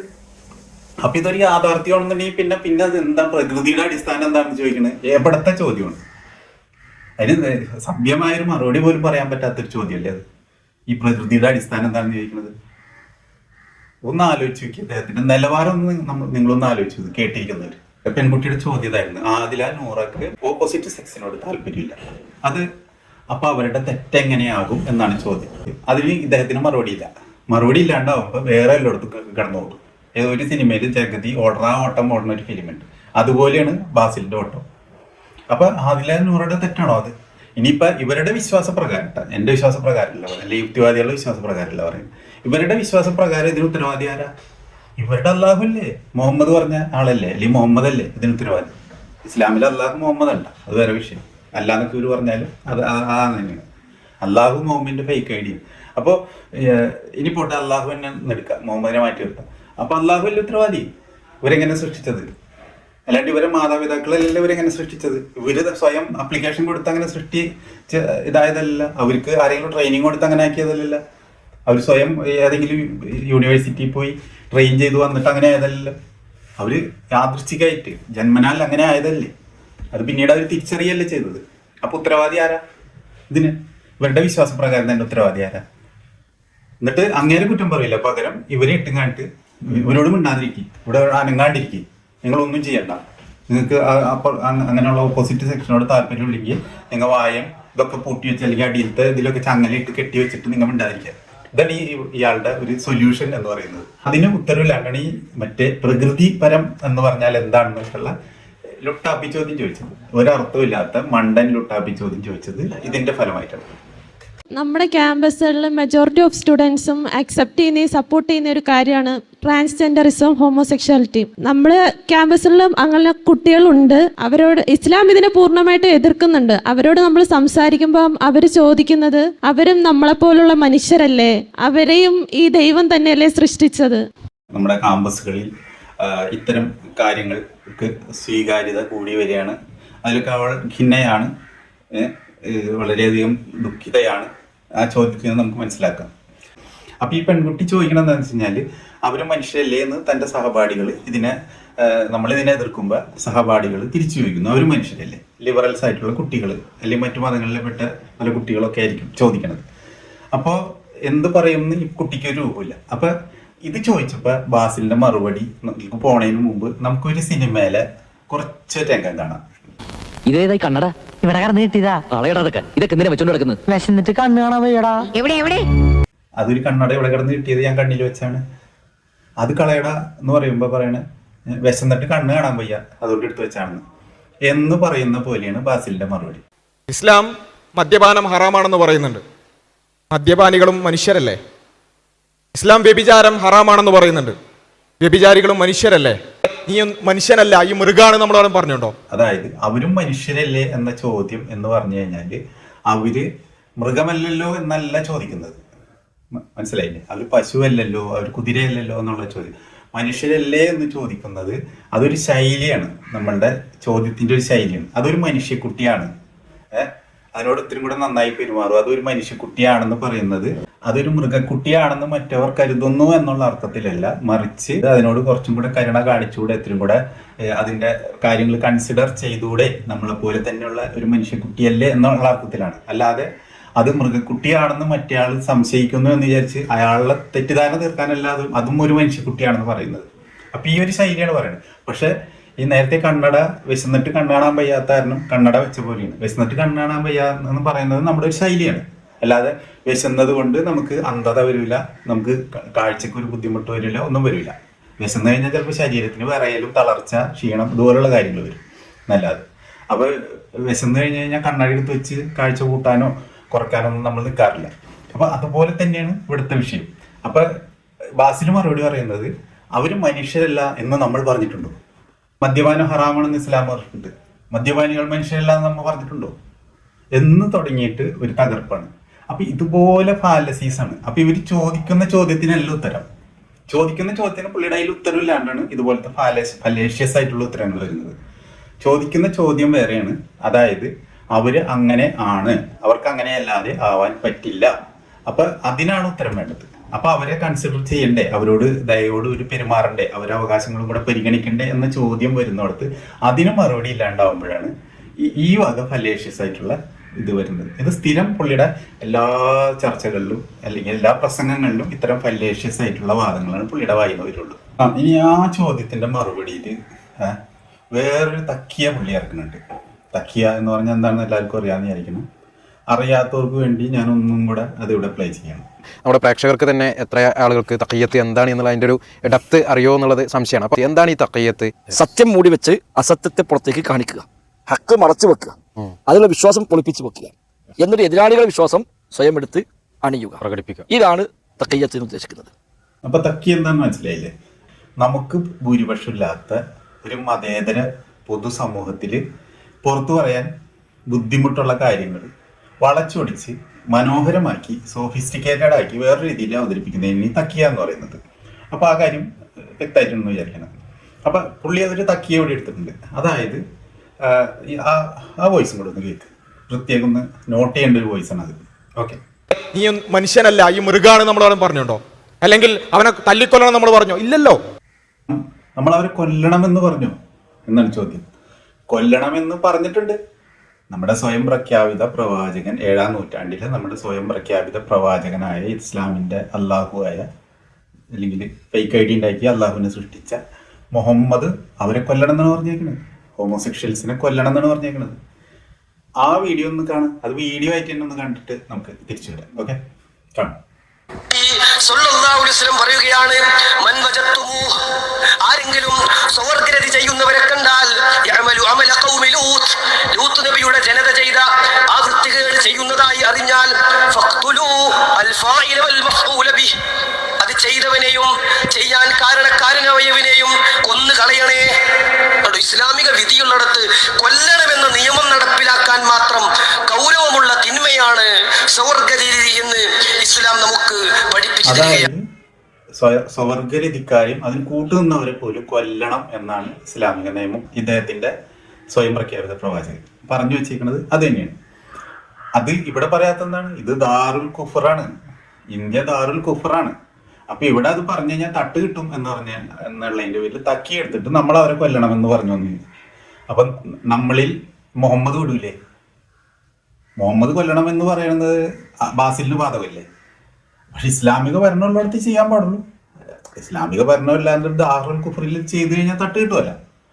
അപ്പൊ പിന്നെ അങ്ങനെയല്ലേ പറയാൻ പറ്റുള്ളൂ. അപ്പൊ ഇസ്ലാമിക ഭരണം ഇല്ലാത്തടത്ത് അത് പറയാണ്ട് മൂടി വെച്ചേക്കണാണ്. ഓക്കെ, കാരണം അത് നല്ല ഇടി കിട്ടും, കിട്ടേണ്ടതൊക്കെ കിട്ടും നല്ല കുശാലായിട്ട്. അപ്പൊ അതുകൊണ്ട് ദാറുൽ ഇസ്ലാം ആണെന്നുണ്ടെങ്കിൽ അവരെ കൊല്ലണം എന്നാണ് നിയമം. അപ്പൊ ഈ അവരെ കൊല്ലണം തന്നെയാണ് ഇവർ പറയണത്. ഇവരുടെ കൺസെപ്റ്റ് അതാണ്. അത് മുന്നിൽ വെച്ചിട്ടുണ്ട് ഇവർ സംസാരിക്കണം മുഴുവൻ. പക്ഷെ ഇത് ദാറുൽ കുഫറായതിന്റെ പേരിൽ, ഒരു രക്ഷയില്ലാത്തതിന്റെ പേരിൽ നമ്മൾ അവരെ കൊല്ലണമെന്ന് പറഞ്ഞോ എന്നൊക്കെ ചോദ്യം ചോദിക്കണം എന്ന് വെച്ച് കഴിഞ്ഞാൽ എന്തൊരു ഉളുപ്പില്ലായ്മ വേണമെന്നൊന്ന് ആലോചിച്ചു. ആ ഉളുപ്പില്ലായ്മയുടെ ഒരു പര്യായമുള്ള മൂപ്പര്. ഇനി അതിനെക്കുറിച്ച് സംസാരിച്ചിട്ട് കാര്യമില്ല. അപ്പം നമുക്ക് അടുത്ത ഓരോരോ വിഷയങ്ങളായിട്ട് ഇങ്ങനെ പരിശോധിച്ച് പോകാം. ഇനി ഒരു ആലപ്പുഴയിലെ ഒരു മെഡിക്കൽ സ്റ്റുഡൻറ്റിൻ്റെ ചോദ്യമാണ്. എന്തോ ആലപ്പുഴയിലെ ഏതൊരു മെഡിക്കൽ കോളേജിൽ, ആ മെഡിക്കൽ കോളേജിൻ്റെ പേര് പുള്ളി പറയുന്നത് സലാഹുദ്ദീൻ അയ്യൂബി എന്നാണ് കേട്ടോ പുള്ളിയുടെ പേര്. പിന്നെ ഈ ചോദ്യം ചോദിച്ച ചെക്കനെ നോക്കിയാലും താടിയൊക്കെ ആയിട്ട് നമ്മുടെ ഒരു ചിമ്പാൻസി ലെവലിലേക്ക് പോകുന്ന ഒരു ഇത് ട്രാൻസ്ഫോർമേഷൻ്റെ ഒരു പാതയിലാണുള്ളതെന്ന് നമുക്ക് കാണാം. അപ്പോൾ അദ്ദേഹം സലാമൊക്കെ പറഞ്ഞിട്ടുണ്ട് ഈ ചോദ്യം ചോദിക്കുന്നത്. അപ്പോൾ അദ്ദേഹം ചോദിക്കുന്ന ചോദ്യം ഇത് തന്നെയാണ്. നേരത്തെ ആ ഒരു പെൺകുട്ടി ചോദിച്ചില്ലേ, വിശ്വാസിയായ പെൺകുട്ടി, അതായത് അവർ മനുഷ്യരല്ലേ എന്നൊക്കെ നമ്മളോട് ചോദിക്കുന്നു, സഹപാഠികൾ ചോദിക്കുന്നു. അപ്പോൾ ഉത്തരം മുട്ടുന്ന ഒരവസ്ഥയുണ്ട്. അപ്പം ഈ പയ്യന്, ഇത് മെഡിക്കൽ സ്റ്റുഡൻ്റ് ആണ്, ഈ പയ്യനൊരു സംശയം, ഇതിലെന്താണ് ധാർമ്മിക പ്രശ്നം? കാരണം ആ രീതിയിൽ ക്വസ്റ്റ്യൻസ് അവൻ നേരിടുന്നുണ്ടാവും. അതുകൊണ്ടായിരിക്കും ആ ചോദ്യം വന്നത്. അപ്പം ഇതിലെന്താണ് ധാർമ്മിക പ്രശ്നം എന്നാണ് അവൻ ചോദിക്കുന്നത്. എന്തായാലും ആ ചോദ്യം ഒന്ന് കണ്ടിട്ട് വരാം ആദ്യം. അസ്സലാമു അലൈക്കും വറഹ്മത്തുള്ളാ.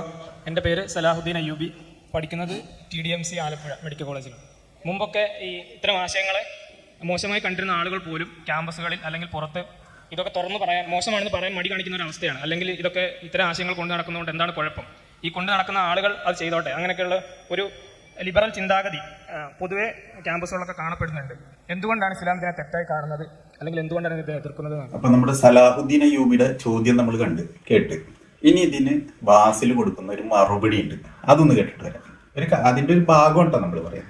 കാരണം വെച്ച് കഴിഞ്ഞാൽ ഇത് മുഴുവൻ ഇവിടെ പ്ലേ ചെയ്യാൻ പരിമിതിയുള്ളതിൻ്റെ പേരിലാണ് ഈ ക്ലിപ്പ് ചെറിയ ക്ലിപ്പായിട്ട് കിട്ടുന്നത്. അപ്പോൾ ബാസിൽ പറയുന്ന മറുപടിയുടെ ഒരു ഭാഗം ഒന്ന് കേൾക്കാം. ഒരു അവകാശം അത് ധാർമ്മികമായി ന്യായീകരിക്കപ്പെടുകയാണെങ്കിൽ മാത്രമേ ഇസ്ലാം അതിന്റെ പിന്നാലെ ഉണ്ടാവുകയുള്ളൂ. ആ അവകാശങ്ങൾക്ക് വേണ്ടി മുസ്ലിങ്ങൾ നിലകൊള്ളുകയുള്ളൂ. നമ്മൾ നേരത്തെ തന്നെ പറഞ്ഞു, സാമൂഹികമായ, വൈയക്തികമായ, അതുപോലെ തന്നെ സാമ്പത്തികമായി എന്ന് വേണ്ട എല്ലാ മേഖലയിലും സമഗ്രമായ ഒരു കാഴ്ചപ്പാട് ഇസ്ലാമിനുണ്ട്. എന്നതുപോലെ തന്നെ മൊറാലിറ്റിയുടെ വിഷയത്തിലും ധാർമ്മികതയുടെ വിഷയത്തിലും കൃത്യമായ കാഴ്ചപ്പാട് ഇസ്ലാമിനുണ്ട്. കേട്ടില്ലേ?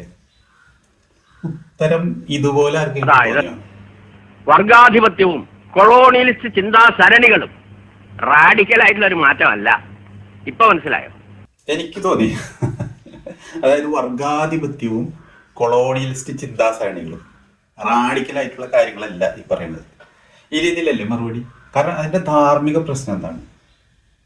ഇപ്പൊ രണ്ടുപേര് സമാന മനസ്കരായിട്ടുള്ള രണ്ടുപേര്, അവർക്ക് ഇപ്പൊ രണ്ട് പെൺകുട്ടികളാണെങ്കിൽ അവർക്ക് രണ്ടുപേരും പുരുഷന്മാരോട് താല്പര്യമില്ല, അവർ ലെസ്ബിയൻസ് ആണ്. അപ്പൊ അവർ ഒരുമിച്ച് ജീവിക്കുന്നു. രണ്ടുപേര് ഗെയ്സ് ആണ്, അവർക്ക് സ്ത്രീകളോട് താല്പര്യമില്ല, അപ്പൊ അവർ ഒരുമിച്ച് ജീവിക്കുന്നു, അങ്ങനെ തീരുമാനം എടുക്കുന്നു. ഇതിലെ ധാർമ്മിക പ്രശ്നം എന്താണ്? ഇതിലെ മോറൽ പ്രോബ്ലം, ഇതാണ് ചോദ്യം. അത് അവര് മനസ്സിലാവണില്ല. ഒരു മെഡിക്കൽ സ്റ്റുഡന്റ് ആയിട്ടുള്ള പയ്യന് മനസ്സിലാവണില്ല. പലരും മൂപ്പരോട് ചോദിച്ചിട്ടുണ്ടാവും, അപ്പൊ ഉത്തരം മുട്ടി പോയിട്ടുണ്ടാവും, എന്താണ് ഇതിലെ ധാർമ്മികം. അപ്പൊ ഈ ധാർമ്മിക പ്രശ്നം എന്താണെന്നാണ് മൂപ്പര് ചോദിച്ചത്. അതിന് മൂപ്പര് വർഗാധിപത്യവും കൊളോണിയലിസ്റ്റ് ചിന്താസരണികളും ഇത് തന്നെയാണ്.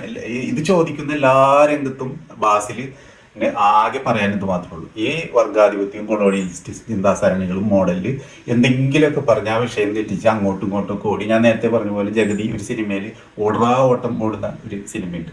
അതുപോലെ തോന്നിയോടത്തൊക്കെ ഓടിയും കണ്ട് ശ്രദ്ധ തിരിച്ച് എന്തൊക്കെയോ ബീറ്റിംഗ് അറൗണ്ട് ദ ബുഷ്, അതായത് കാടും പടലും തല്ലുക എന്ന പരിപാടി ചെയ്തിട്ടാണ് ബാസിൽ ഇതിൻ്റെ വിഷയത്തിൽ നിന്ന് മാറ്റിക്കൊണ്ടുപോകുക.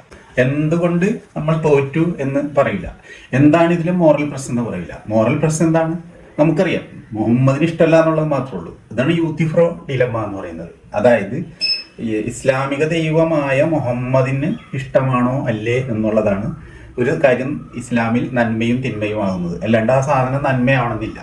ശ്രീനാരായണ ഗുരു പറഞ്ഞത് മതം ഏതായാലും മനുഷ്യൻ നന്നായാൽ മതി എന്നാണ്. അപ്പോൾ അവിടെ നന്മയ്ക്കാണ് പ്രാധാന്യം ശ്രീനാരായണ ഗുരുവിൻ്റെ വാക്കുകളിൽ. ഈ ഇസ്ലാമില് നന്മയ്ക്ക് ഒരു പ്രാധാന്യമില്ല, മറിച്ച് മുഹമ്മദ് എന്ത് പറഞ്ഞു അതാണ് നന്മ. ഇപ്പൊ മുഹമ്മദ് 1000 പേരുടെ തല അരിഞ്ഞാൽ അത് കാരുണ്യമാണെന്ന് മുജാഹിദ് വാലിശ്ശേരി പറഞ്ഞത് ഇതിന്റെ അടിസ്ഥാനത്തിലാണ്. നിങ്ങൾ കേട്ട് കാണും. ഇതാണ് ഇസ്ലാമിന്റെ നന്മ എന്ന് പറയുന്നത്. അപ്പൊ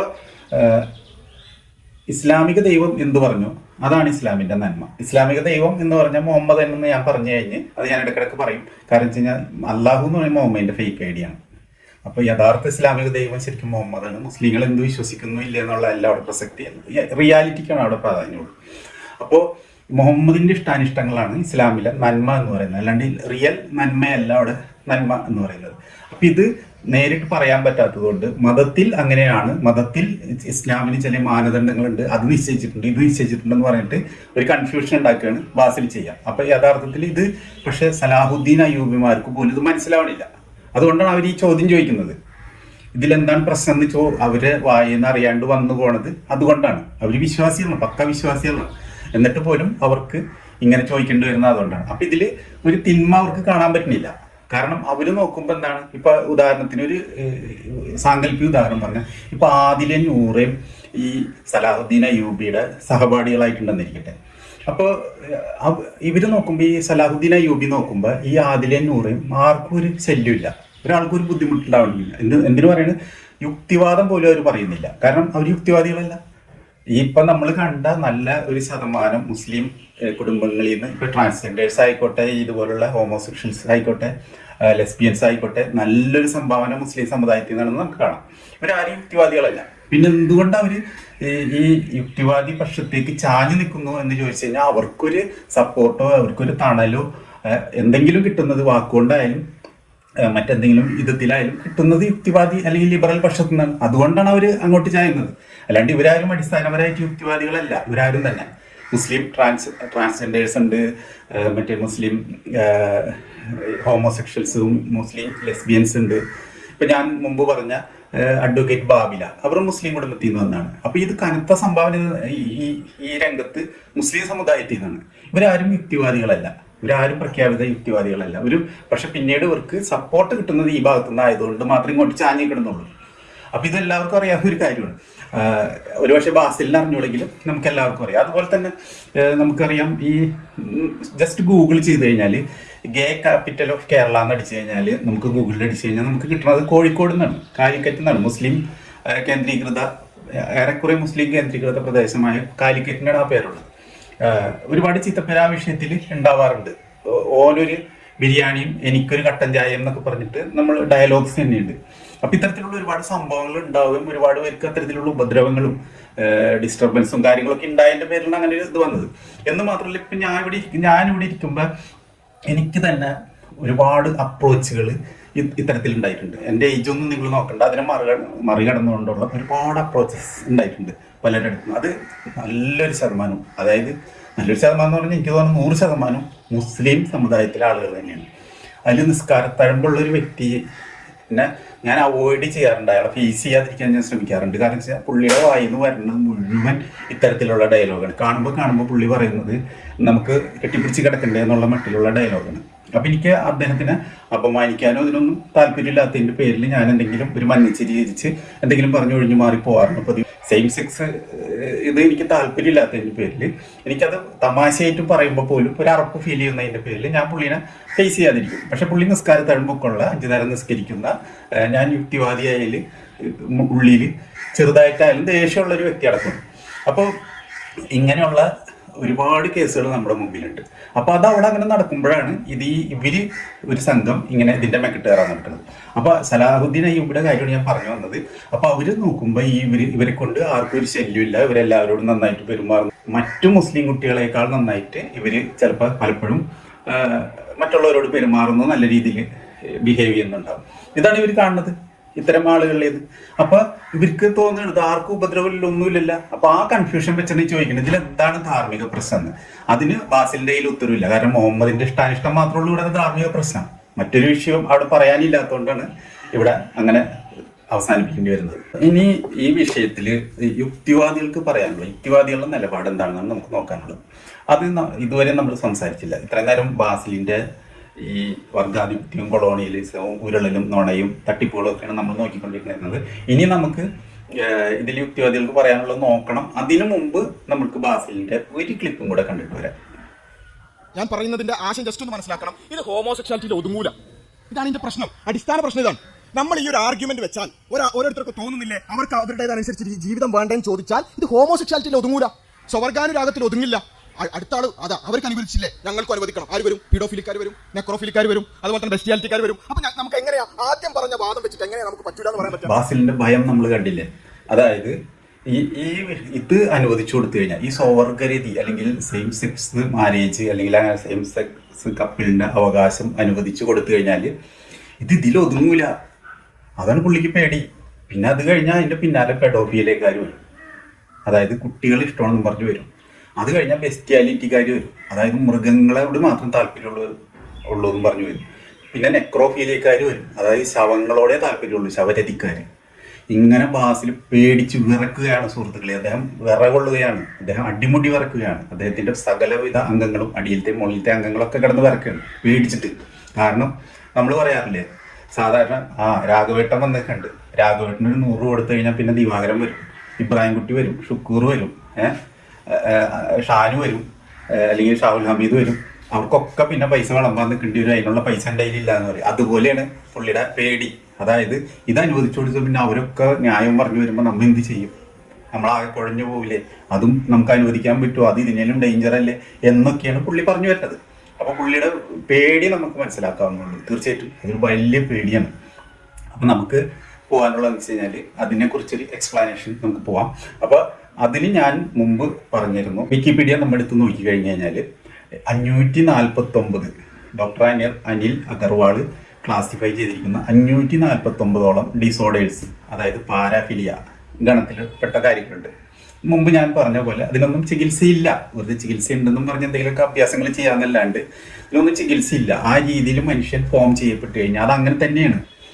പിന്നെ അത് മെഡിസിൻ കൊടുത്തിട്ടോ മറ്റെന്തെങ്കിലും അഭ്യാസ പ്രകടനങ്ങളിലൂടെ മാറ്റാനുള്ള സാധ്യത വളരെ വിരളമാണ്.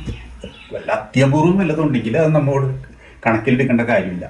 നമ്മൾ ഒരു മജോറിറ്റി ഒരു 50% സാധ്യത ഉണ്ടെങ്കിൽ മാത്രമേ നമ്മൾ അതിനെക്കുറിച്ച് അത് മാറാനുള്ള സാധ്യതയായിട്ട് നമുക്ക് കണക്കിലെടുക്കേണ്ട ആവശ്യമുള്ളൂ. പോട്ടെ, ഒരു 30% സാധ്യത ഉണ്ടെങ്കിൽ, അപ്പം അതില്ല, വല്ല 5% സാധ്യത ഉള്ളൂ എന്നുണ്ടെങ്കിൽ നമ്മൾ അത് കണക്കിലെടുക്കേണ്ട കാര്യമില്ല, തള്ളിക്കളയാ. അതിന് ട്രീറ്റ്മെൻ്റ് ആയിട്ട് തന്നെ നമ്മൾ കണക്കാക്കേണ്ട കാര്യമില്ല. ഇപ്പം ഞാൻ പ്രത്യേകിച്ച് പറയേണ്ട കാര്യമില്ല. അപ്പോൾ അതിൽ നിന്ന് ഇപ്പം ഇത് മെൻ്റൽ ഡിസോർഡർ, സെക്ഷൽ ഓറിയൻറ്റേഷനിൽ പെട്ട LGBTQ മെൻ്റൽ ഡിസോർഡർ ലിസ്റ്റ് ചെയ്ത് മാറ്റിയിട്ടുണ്ട്. എങ്കിലും തുടക്കകാലത്ത് അത് തന്നെയായിരുന്നു. പിന്നെ അതിൻ്റെ മറ്റൊരു വകഭേദങ്ങളാണ് ഈ പറഞ്ഞ പാരാഫിലിയാസ്. അപ്പോൾ അതിൽ ഈ അമേരിക്കൻ സൈക്യാട്രിക് അസോസിയേഷൻ്റെ ഒരു മാനുവലാണ് DSM എന്ന് പറയുന്നത്. അതായത് diagnostics and statistical manual of mental disorders ആണ് അതിൻ്റെ ഫുൾ ഫോം. അപ്പോൾ ഈ സാധനം ഈ പാരാഫിലിയാസ് ഒക്കെ ലിസ്റ്റ് ചെയ്തിട്ടുണ്ട്. അപ്പോൾ അതിൽ ഇവർ ഈ LGBTQ വിഭാഗം സെപ്പറേറ്റ് മാറ്റിയിട്ടുണ്ട്. പിന്നെ അത് കൂടാതെ അവർ പറഞ്ഞേക്കുന്നത് ഇതിൽ ഏറ്റവും ഈ മെൻ്റൽ ഡിസോർഡേഴ്സിൽ അല്ലെങ്കിൽ പാരാഫിലിയാസിൽ ഏറ്റവും ഡേഞ്ചറസ് ആയിട്ടുള്ള കുറച്ച് കാര്യങ്ങൾ അവർ ചൂണ്ടിക്കാണിച്ചിട്ടുണ്ട്. അതിലൊന്ന് എക്സിബിഷനിസമാണ്. അപ്പോൾ എക്സിബിഷനിസം തടയേണ്ട ഒരു കാര്യം തന്നെയാണ്. അതെന്തുകൊണ്ടാണെന്ന് വെച്ച് കഴിഞ്ഞാൽ ഈ അബ്ദുള്ള ബാസിലും ഇതൊരു എഡ്യൂക്കേഷൻ വീഡിയോ ഉണ്ടാ, അബ്ദുള്ള ബാസിലിനെ പോലുള്ള ഈ സുഡാപ്പി മൈൻഡ് സെറ്റുള്ള മണ്ടന്മാരായിട്ടുള്ള ആൾക്കാർക്കുള്ള. അപ്പോൾ എക്സിബിഷനിസം എന്തുകൊണ്ട് തടയണം എന്ന് പറഞ്ഞാൽ ഞങ്ങൾക്ക് അത് ഭയങ്കര എക്സൈറ്റ്മെന്റ് ഉണ്ടാക്കും, ഞങ്ങൾക്ക് അതാണ് രസം എന്ന് പറഞ്ഞ് എക്സിബിഷനിസ്റ്റുകൾ വന്നു കഴിഞ്ഞാൽ അവരോട് പറയാനുള്ള എത്ര ഉള്ളൂ. അത് പ്രത്യേകിച്ചും പുരുഷന്മാരാണ് ഇതിൻ്റെ വില്ലന്മാർ. അപ്പം അത് എവിടെയെങ്കിലും അവർ സൗകര്യപ്രദമായ സ്ഥലത്ത് നിന്നും കണ്ടിട്ട് പെൺകുട്ടികളോ സ്ത്രീകളോ പോകുമ്പോൾ പെട്ടെന്ന് അവർ നഗ്നത പ്രദർശിപ്പിക്കുകയാണ്. അവർക്ക് സൗകര്യമുള്ളൊരു സ്ഥലത്ത് നിന്നുണ്ട്. അപ്പം മിക്കവാറും പുരുഷന്മാർ ഒന്നും ഇല്ലാത്ത സ്ഥലം നോക്കിയിട്ടായിരിക്കും ഇവരിത് തിരഞ്ഞെടുക്കുക. അപ്പോൾ അവിടെ ഈ കുട്ടികൾക്കായാലും സ്ത്രീകൾക്കായാലും ഭയവും മെൻ്റൽ ഷോക്കും വരികയാണ്, മെൻ്റൽ ട്രോമ തന്നെ വരും ചിലപ്പോൾ. അപ്പോൾ അതുകൊണ്ട് തന്നെ അത് നോൺ കൺസെൻഷ്വൽ ആക്ടിവിറ്റിയാണ്. ആ നോൺ കൺസെൻഷ്വൽ ആയിട്ടുള്ള ആക്ടിവിറ്റീസ് എല്ലാം ബ്ലോക്ക് ചെയ്യപ്പെടണം എന്നാണ് അതാണ് നമ്മുടെ വാദം. യുക്തിവാദികളുടെ ലിബറലുകളുടെ വാദം. അത് ഇവർക്ക് പറഞ്ഞാൽ മനസ്സിലാവില്ല. കാരണം ഇവർ ഈ യുദ്ധത്തിൽ പിടിക്കുന്ന പെണ്ണുങ്ങളെ ബലാത്സംഗം ചെയ്യുമ്പോൾ കൺസെൻസ് ഒന്നും അവിടെ വിഷയമല്ല, കൺസെൻ്റ് ഒന്നും അവിടെ വിഷയമല്ല.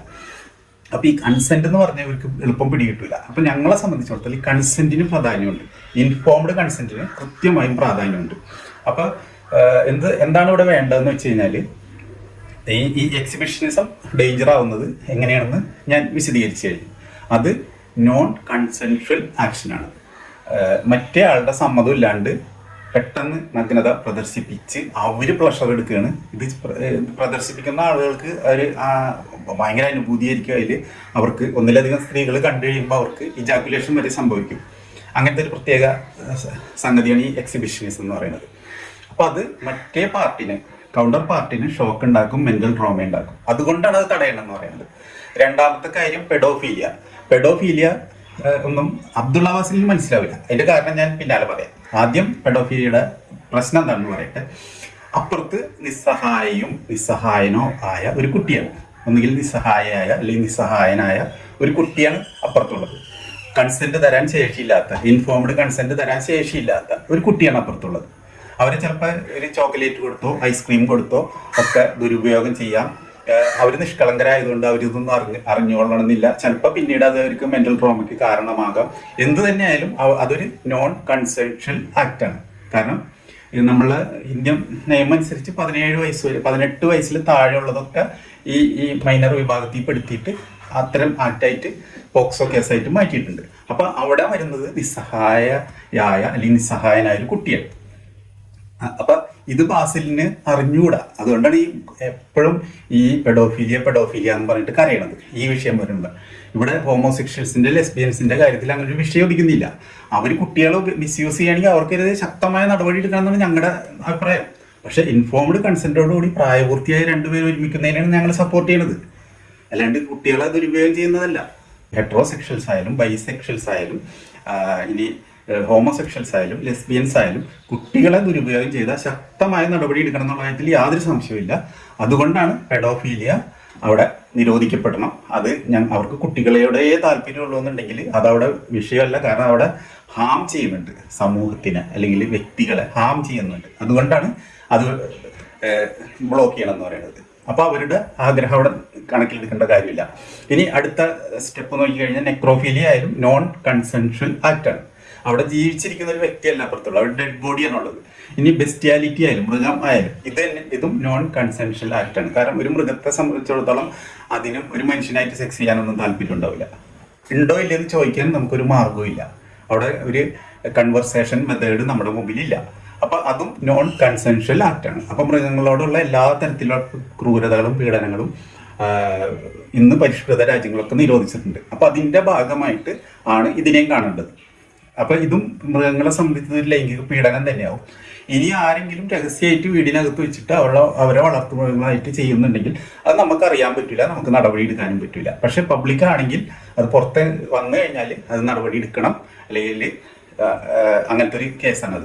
അങ്ങനെയാണ് നമ്മൾ ഇപ്പൊ പല ആൾക്കാരെ അറസ്റ്റ് ചെയ്തിട്ടുണ്ട്. പശുവായിട്ടൊക്കെ ബന്ധപ്പെടുന്നത് കണ്ട പല വില്ലന്മാരെ നമ്മൾ അറസ്റ്റ് ചെയ്തിട്ടൊക്കെ ഉണ്ട്. കേരളത്തിൽ അടക്കം അത്തരം സംഭവങ്ങൾ നടന്നിട്ടുണ്ട്. അപ്പൊ ഇവിടെയൊക്കെ കൃത്യമായ ഉത്തരം ലിബറൽസിനും യുക്തിവാദികൾക്കും ഉണ്ട്. ഉത്തരവില്ലാത്തത് ഈ അബ്ദുള്ള ബാസിലിനെ പോലുള്ള സുഡാപ്പി മൈൻഡ് സെറ്റുള്ള ആളുകൾക്കാണ്. അപ്പൊ വ്യക്തവും കൃത്യമായാണ് ഞങ്ങളുടെ ഉത്തരം. അല്ലാണ്ട് അവിടെ ഞങ്ങൾക്ക് ഒരു സംശയിച്ച് അവിടെ എവിടെയും നോക്കി തലചൊറിഞ്ഞ് വർഗാധിപത്യവും കൊളോണിയലിസവും പറയേണ്ട യാതൊരു കാര്യമില്ല. ഇതാണ് ഇത്തരം കാര്യങ്ങളോടുള്ള ഞങ്ങളുടെ കൃത്യമായ അഭിപ്രായം. എന്നാൽ അബ്ദുള്ള ബാസിലിന് ഇതുപോലെ ഒരു ഇതുണ്ടോ? അപ്പൊ എന്തിനനുവദിക്കണം? അതായത് ഹോമോസെക്ഷൽസ് അല്ലെങ്കിൽ ലെസ്ബിയൻസിന്റെ കാര്യത്തിൽ ഇൻഫോംഡ് കൺസെന്റോടുകൂടി പ്രായപൂർത്തിയായ, ഇൻഫോംഡ് കൺസെന്റ് എന്ന് പറഞ്ഞാൽ പിന്നെ പ്രായപൂർത്തി എന്ന് അവിടെ പറയേണ്ട കാര്യമില്ല. എങ്കിലും ഈ മണ്ടന്മാർക്ക് മനസ്സിലാവാൻ വേണ്ടി അതും കൂടെ ഞാൻ ആഡ് ചെയ്യണമെന്ന് മാത്രമേ ഉള്ളൂ. അപ്പൊ അങ്ങനെയുള്ള 2 പേര് അവർക്ക് മറ്റവരോട് താല്പര്യമില്ല, ഓപ്പോസിറ്റ് സെക്സിനോട് താല്പര്യമില്ല. അപ്പൊ അവർ സെക്ഷൽ ലൈഫിൽ നയിക്കട്ടെ അവരുടേതായ രീതിയിൽ. അതിലെന്താ പ്രശ്നം? അതിലെന്താണ് മോറൽ? ഇത് മുഹമ്മദിന് ഇഷ്ടമാണോ അല്ലേ എന്നുള്ള കാര്യത്തിൽ മുഹമ്മദിന്റെ ഇഷ്ടം നോക്കിയിട്ടാണോ ഈ ലോകത്തെ ബഹുഭൂരിപക്ഷ ആൾക്കാരും ജീവിക്കണം? ഹിന്ദുക്കൾ ജീവിക്കണം മുഹമ്മദിന്റെ ഇഷ്ടം നോക്കിയിട്ടാണോ? ക്രിസ്ത്യാനികൾ ജീവിക്കുന്നത് മുഹമ്മദിന്റെ ഇഷ്ടം നോക്കിയിട്ടാണോ? ജൂതന്മാർ ജീവിക്കുന്നത് മുഹമ്മദിന്റെ ഇഷ്ടം നോക്കിയിട്ടാണോ? ബുദ്ധന്മാർ ജീവിക്കുന്നത് മുഹമ്മദിന്റെ ഇഷ്ടം നോക്കിയിട്ടാണോ? നോൺ ബിലീവേഴ്സ് ജീവിക്കുന്നത് മുഹമ്മദിന്റെ ഇഷ്ടം നോക്കിയിട്ടാണോ? അപ്പൊ മുഹമ്മദിന്റെ ഇഷ്ടം നിങ്ങൾ നോക്കിയാൽ മതി. നിങ്ങൾ നിങ്ങളുടെ സമുദായത്തിൽ സ്ട്രിക്റ്റ് ആയിട്ട് നടപ്പിലാക്കുക. നിങ്ങളുടെ സമുദായത്തിന് വന്ന് ചീത്തപ്പേര് മാറ്റിയെടുക്കുക. ഗേ ക്യാപിറ്റൽ എന്ന കോഴിക്കോടിന്റെ പേര് മാറ്റിയെടുക്കുക. അതുപോലെ തന്നെ നിങ്ങളുടെ സമുദായത്തിൽ നിന്ന് ഇങ്ങനെ ആളുകൾ വരുന്നതിന് നിങ്ങൾ കൺട്രോൾ ചെയ്യാൻ ശ്രമിക്കുക. അല്ലാണ്ട് ഇവിടെ നിന്നിരുന്ന് കാണിട്ട് ബിഗ് ബോസിൽ അവരെ കയറ്റാൻ പാടില്ല, ഇവിടെ കയറാൻ പാടില്ല, അതിന് ഞങ്ങളുടെ അഭിപ്രായം പറയാനാണ്. അഭിപ്രായം പറയാൻ പാടില്ലേ എന്ന് ചോദിച്ചു കഴിഞ്ഞാൽ പറയാൻ പാടില്ല എന്ന് തന്നെയാണ് അതിൻ്റെ ഉത്തരം. കാരണം വെച്ച് കഴിഞ്ഞാൽ 2 പ്രായപൂർത്തിയായ വ്യക്തികളെ നിങ്ങളെയും ഈ സമൂഹത്തിനെയും ബാധിക്കാത്തടത്ത് ഉള്ള ഒരു ജീവിതം നിങ്ങൾ അഭിപ്രായം പറയുന്നത് അത് നിങ്ങൾ ഫാസിസമാണ്. മനസ്സിലായി? അതിനെയാണ് ഫാസിസം എന്ന് പറയുന്നത്. നിങ്ങൾ നിങ്ങളുടെ അഭിപ്രായം അടിച്ചേൽപ്പിക്കുകയാണ് ചെയ്യുന്നത് അവിടെ. അപ്പോൾ അത് ഫാസിസമാണ്. അത് അവിടെ ക്രിട്ടിസൈസ് ചെയ്യാൻ പറ്റിയ എന്തെങ്കിലും ഉണ്ടെങ്കിൽ കുഴപ്പമില്ല. ഇനിയിപ്പോ സമൂഹത്തിനെയും ഇതിനെയും ബാധിക്കുന്നില്ലെങ്കിൽ പോലും ക്രിട്ടിസൈസ് ചെയ്യാത്തക്ക അല്ലെങ്കിൽ കളിയാക്കത്തൊക്കെ എന്തെങ്കിലും ഉണ്ടെങ്കിൽ കുഴപ്പമില്ല. അത് അതില്ല, അങ്ങനത്തെ ഒരു വിഷയമില്ല. അവരങ്ങനെ ജനിച്ചുവെങ്കിൽ അതിനൊരു ഉത്തരവാദി അവരുടെ പാരൻസ് അല്ല. ഇനി അവരാണോ? അവരൊട്ടും അല്ല. അപ്പൊ പിന്നെ ആരാണ് ഉത്തരവാദി? നിങ്ങളുടെ തന്നെ വിശ്വാസം അനുസരിച്ച് നോക്കിക്കഴിഞ്ഞാൽ മനുഷ്യനെയും അവന്റെ കർമ്മങ്ങളെയും അവന്റെ വിധിയൊക്കെ നിർണയിച്ച നിങ്ങളുടെ അല്ലാഹു, അതായത് നിങ്ങളുടെ മുഹമ്മദാണ് അതിന്റെ ഉത്തരവാദി. അപ്പൊ ആരെയാണ് ശിക്ഷിക്കേണ്ടത്? മുഹമ്മദിനെയാണ് ശിക്ഷിക്കേണ്ടത്, അല്ലാണ്ട് ഇവരല്ല. അപ്പൊ അവരുടെ ജീവിതം ജീവിക്കട്ടെ. ഇതാണ് ഞങ്ങളുടേത്. ഇനി അടുത്ത സ്റ്റെപ്പിലേക്ക്, അതിന്റെ 2ാം ഭാഗമായിട്ട് ഞാൻ പറയാന്ന് പറഞ്ഞ കാര്യത്തിലേക്ക് പറയാം. ഈ ലോകത്ത് ഒരു ഹോമോസെക്ഷലോ ഒരു LGBT കാരനോ ഇല്ലെങ്കിൽ ഒരു യുക്തിവാദിയെ സംബന്ധിച്ച് പരമ സന്തോഷമാണ്. എന്താണ് അതിന്റെ റീസൺ? കാരണം ഈ അബ്ദുള്ള ബാസിലിനെ പോലുള്ള മതമൗലികവാദികളുടെ പുച്ഛവും പരിഹാസവും വിവേചനവും സഹിക്കണം അവര്. അപ്പൊ അവരില്ലെങ്കിൽ അവരത് സഹിക്കണ്ടല്ലോ. എല്ലാവരും ഹെട്രോസെക്ഷൽ ആണെങ്കിൽ ഒക്കെ ഫുൾ ഹാപ്പിയായി, ഒരു പ്രശ്നവുമില്ല. ഈ ഒരു വിവേചനത്തിൽ നിന്നെങ്കിലും ഒഴിവായി കിട്ടിയല്ലേ ഒരു വലിയ വിഭാഗം ജനങ്ങൾ. ഇപ്പൊ ഒരു മനുഷ്യൻ ചില കുറവുകളോടുകൂടി ജനിക്കണം. ചിലപ്പോൾ കൈയില്ലാണ്ട് ജനിക്കുന്നു, കാലില്ലാണ്ട് ജനിക്കുന്നു, കണ്ണില്ലാണ്ട് ജനിക്കുന്നു. അങ്ങനെ ഒരാളും ഇല്ലെങ്കിൽ അത്രയും നല്ലതെന്ന് പറയുന്ന പോലെ അതേ സെൻസിലാണ് ഞാൻ പറയണത്. ഒരാളും LGBT ഇതിൽ അല്ലെങ്കിൽ പാരാഫിലിയ വെച്ചിട്ട് ജനിക്കാതിരിക്കുന്നെങ്കിൽ അല്ലെങ്കിൽ അങ്ങനെ ആവാതിരിക്കുന്നെങ്കിൽ ഫുൾ ഹാപ്പിയാണ് ഞങ്ങൾ യുക്തിവാദികളെ സംബന്ധിച്ച്. കാരണം ആരുടെ ഹോമോസെക്ഷാലിറ്റി ചെയ്യണമെന്നോ ആരെങ്കിലും ഇവിടെ ലെസ്ബിയനിസം നടത്തണോ LGBTQ ആക്ടിവിറ്റീസ് ചെയ്യണമെന്നോ യുക്തിവാദിക്ക് യാതൊരു നിർബന്ധമില്ല. അങ്ങനെ ഉണ്ടെന്നുള്ള മട്ടിലാണ് ഇവന്മാരെ ഈ പ്രചാരണം കണ്ടു കഴിഞ്ഞാൽ തോന്നുക ഞങ്ങളെന്തോ പ്രത്യേകിച്ച് എന്തോ കോർപ്പറേറ്റുകളായി ചേർന്ന് സാമ്രാജ്യത്വ ഗൂഢാലോചന നടത്തിയിട്ട് ഇത്തരം കാര്യങ്ങൾ പ്രചരിപ്പിക്കാൻ ശ്രമിക്കുന്നതാണ്. അങ്ങനെയാണ് ലക്ഷ്മി നോർമലൈസ് ചെയ്യുന്നതിനോട് താല്പര്യമില്ല എന്ന് പറഞ്ഞത്. കാരണം ഇത് നോർമലൈസ് ചെയ്യുന്നോ ഇല്ലേ എന്നുള്ളതിൽ പ്രസക്തിയില്ല. ഇത് നോർമലൈസ് ചെയ്യുക എന്ന് പറഞ്ഞാൽ അതിൻ്റെ അർത്ഥം ഇതുള്ള ആളുകൾ വിവേചനത്തിന് ഇരയാവാതിരിക്കുക, അവരോട് നമ്മൾ സിമ്പതി കാണിക്കുക, എമ്പതി കാണിക്കുക എന്ന് മാത്രമേ അതിൻ്റെ അർത്ഥമുള്ളൂ. അല്ലാണ്ട് ഇത് നോർമലൈസ് ചെയ്തുകൊണ്ട് ഇത് സമൂഹത്തിൽ ഇത് വലിയ ഇഷ്യൂ അല്ലാത്ത രീതിയിൽ പരിഗണിച്ചത് കൊണ്ട് പുതിയ പുതിയ ആളുകൾ ഇതിലേക്ക് കടന്നു വരില്ല. ഉള്ളവരെ കടന്നു വരുള്ളൂ. ഇത് മയക്കുമരുന്നോ മദ്യോ അതുപോലുള്ള കാര്യങ്ങളാണെങ്കിൽ തീർച്ചയായിട്ടും നമുക്ക് മനുഷ്യരിൽ അല്ലെങ്കിൽ കുട്ടികളിൽ ഇത് ദുശ്ശീലാക്കി വളർത്തിക്കൊണ്ടുവരാൻ പറ്റും. പക്ഷെ ഹോമോസെക്ഷുവാലിറ്റിയോ ലെസ്ബിയനിസമോ ഒരിക്കലും ഒരു ട്രെയിനിങ് കൊടുത്ത് അത് ശീലാക്കി വളർത്തിക്കൊണ്ടുവരാനേ പറ്റില്ല. മനസ്സിലായില്ലേ? അപ്പൊ ഇത് നോർമലൈസ് ചെയ്തുകൊണ്ട് യാതൊരുവിധ പ്രശ്നമില്ല. നോർമലൈസ് ചെയ്ത ഈ പീഡനം അനുഭവിക്കുന്ന ഈ പാവങ്ങൾ, അങ്ങനെ ജനിച്ചു പോയവർ, ആ മെന്റാലിറ്റി ഉള്ളവർക്ക് അവരുടെ ലൈഫ് ഹാപ്പി ആയിട്ട് പോകും. അതിനു വേണ്ടിയാണ് ഇത് നോർമലൈസ് ചെയ്യണം എന്ന് പറയുന്നത്. അതിനു വേണ്ടിയാണ് ബിഗ് ബോസ് പോലുള്ള രംഗങ്ങൾ, വേദികൾ ഇതിനെ ഇത്തരത്തിലുള്ള ആളുകളെയും കൂടെ ആഡ് ചെയ്ത് ഇതിനെ നോർമലൈസ് ചെയ്യാൻ ശ്രമിക്കുന്നത്. അപ്പൊ അതിനെ നോർമലൈസ് ചെയ്യുക തന്നെയാണ് വേണ്ടത്, അല്ലാതെ അതിനെ മാറ്റി നിർത്തല്ല വേണ്ടത്. അതിനെ നോർമലൈസ് ചെയ്തുകൊണ്ട് ലക്ഷ്മിയുടെ കുട്ടികളോ ഉണ്ടെങ്കിൽ അവരാരും ഇതിലേക്ക് വരില്ല. പക്ഷെ അവരങ്ങനെയാണെങ്കിൽ ഇതൊന്നും ആവശ്യമില്ല, അവരിതിലേക്ക് വരും. കാരണം ഇപ്പൊ ഇതുവരെയും വന്ന ഈ ലെസ്ബിയൻസ് എടുത്താലും ഗെയ്സ് എടുത്താലും ഒക്കെ നോക്കിക്കഴിഞ്ഞാൽ ഭക്തരായ മാതാപിതാക്കളുടെ കുട്ടികളായിരിക്കും. ഇപ്പൊ ആദിലയുടെയും നൂറുടെയും വീട്ടുകാർ ഇവരുടെ ശത്രുക്കളെ പോലെയാണ് ഇപ്പൊ അവരോട് പെരുമാറുന്നത്. അപ്പോൾ അവരൊക്കെ ഭക്തന്മാരാണ്. ഇവര് സൗദി അറേബ്യ വളർന്നവരാണ്. ഇത് നോർമലൈസ് ചെയ്ത് കണ്ട് വളർന്നവരാണ്. അവർ സൗദി അറേബ്യയിൽ ഇത് നോർമലൈസ് ചെയ്തിട്ടുണ്ടാ. നിങ്ങളുടെ വഹാബികളുടെ സൗദി അറേബ്യയില്ലേ, അവിടെ നോർമലൈസ് ചെയ്തിട്ടുണ്ടാ. അപ്പൊ അവിടെ വളർന്നവരാണ്, അവരങ്ങനെയായി. അപ്പൊ ഇവിടെ ഇന്ത്യയിൽ ഇതൊക്കെ കണ്ടു വളർന്ന എത്ര കുട്ടികൾ ഇതിന്റെ പേരിൽ അങ്ങനെ ആവുന്നുണ്ട്. അപ്പൊ വെറുതെ എന്തെങ്കിലും വായി തോന്നി ഞങ്ങൾ വിളിച്ചു പറയാണ്. എന്തെങ്കിലും ബുദ്ധിയും ബോധവും വെച്ചിട്ടോ അല്ലെങ്കിൽ ഇതിനെക്കുറിച്ച് ആലോചിച്ചിട്ടോ ഒന്നുമല്ല. മുഹമ്മദിന് ഇഷ്ടമല്ല എന്ന് പറഞ്ഞിട്ട് വായി തോന്നിയത് അങ്ങോട്ട്. പിന്നെ മുഹമ്മദിന്റെ അനുസരിച്ച് ചെരുപ്പ് മുറിക്കുക, കാലിനനുസരിച്ച് ചെരുപ്പ് മുറിച്ചുണ്ടാക്കുകയാണ് നമ്മൾ ചെയ്യേണ്ടത്. പക്ഷെ ഇവിടെ ചെയ്യണത് എന്താണ്? ചെരുപ്പിനനുസരിച്ച് കാല് മുറിച്ച് അഡ്ജസ്റ്റ് ചെയ്യാണ്. അതായത് മുഹമ്മദിനനുസരിച്ച് നന്മ തിന്മകളെ മുറിച്ച് അഡ്ജസ്റ്റ് ചെയ്യുന്നു. അങ്ങനെയല്ല വേണ്ടത്. അപ്പൊ ഇവിടുത്തെ കൃത്യമായി യുക്തിവാദികളുടെ കൃത്യമായ സ്റ്റാൻഡ് പറഞ്ഞു കഴിഞ്ഞു. ഒരാളും ലെസ്ബിയനോ ഗേയോ LGBTQ കമ്മ്യൂണിറ്റിയിലോ പാരാഫിലിയ ഉള്ള ആളോ ആയി ഇവിടെ ഉണ്ടാവണമെന്ന് ഞങ്ങൾക്ക് യാതൊരു താല്പര്യമില്ല. പക്ഷെ അങ്ങനെയുള്ളവർ ഇവിടെ ഉണ്ട്. അതൊരു യാഥാർത്ഥ്യമായതുകൊണ്ട് അവരുടെ അവകാശങ്ങൾക്ക് വേണ്ടി ഞങ്ങൾ ശബ്ദമുയർത്തുന്നു മാത്രം. ഇനി പെഡോഫിലിയ വിഷയത്തിലെ രണ്ടാം ഭാഗം. ഈ പെഡോഫിലിയ വിഷയത്തിലുള്ള ബാസിൽ ഒന്നാമതായിട്ട് പേടിച്ചു വരക്കുന്നത് ഇത് യൂത്തിഫ്രോ ഡിലമ്മ പ്രകാരം പെഡോഫിലിയ എങ്ങനെയാണ് ബാസിലിന് ഹറാമായത്. എനിക്കതാണ് മനസ്സിലാവാത്തത്. കാരണം ഇദ്ദേഹത്തിന് ഈ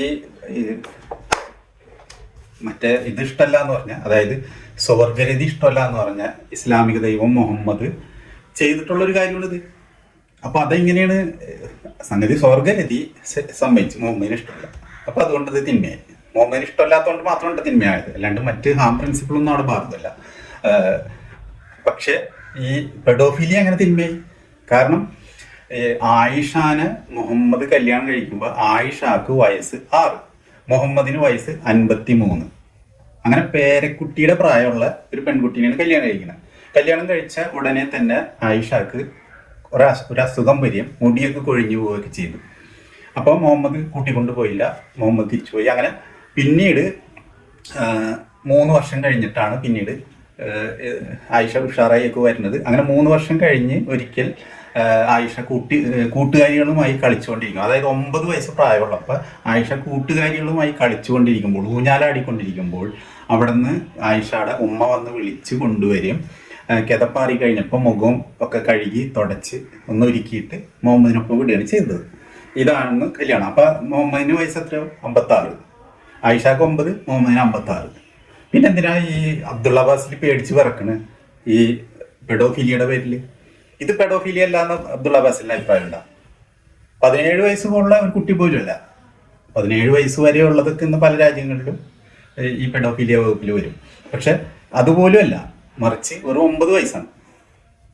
ഓക്കെ, അപ്പൊ ഇതെങ്ങനെയാണ് അബ്ദുള്ള അബ്ബാസിലിന് ഈ പെഡോഫിലിയ ഹറാമായത് എങ്ങനെയാണ്? എനിക്കത് മനസ്സിലായില്ല.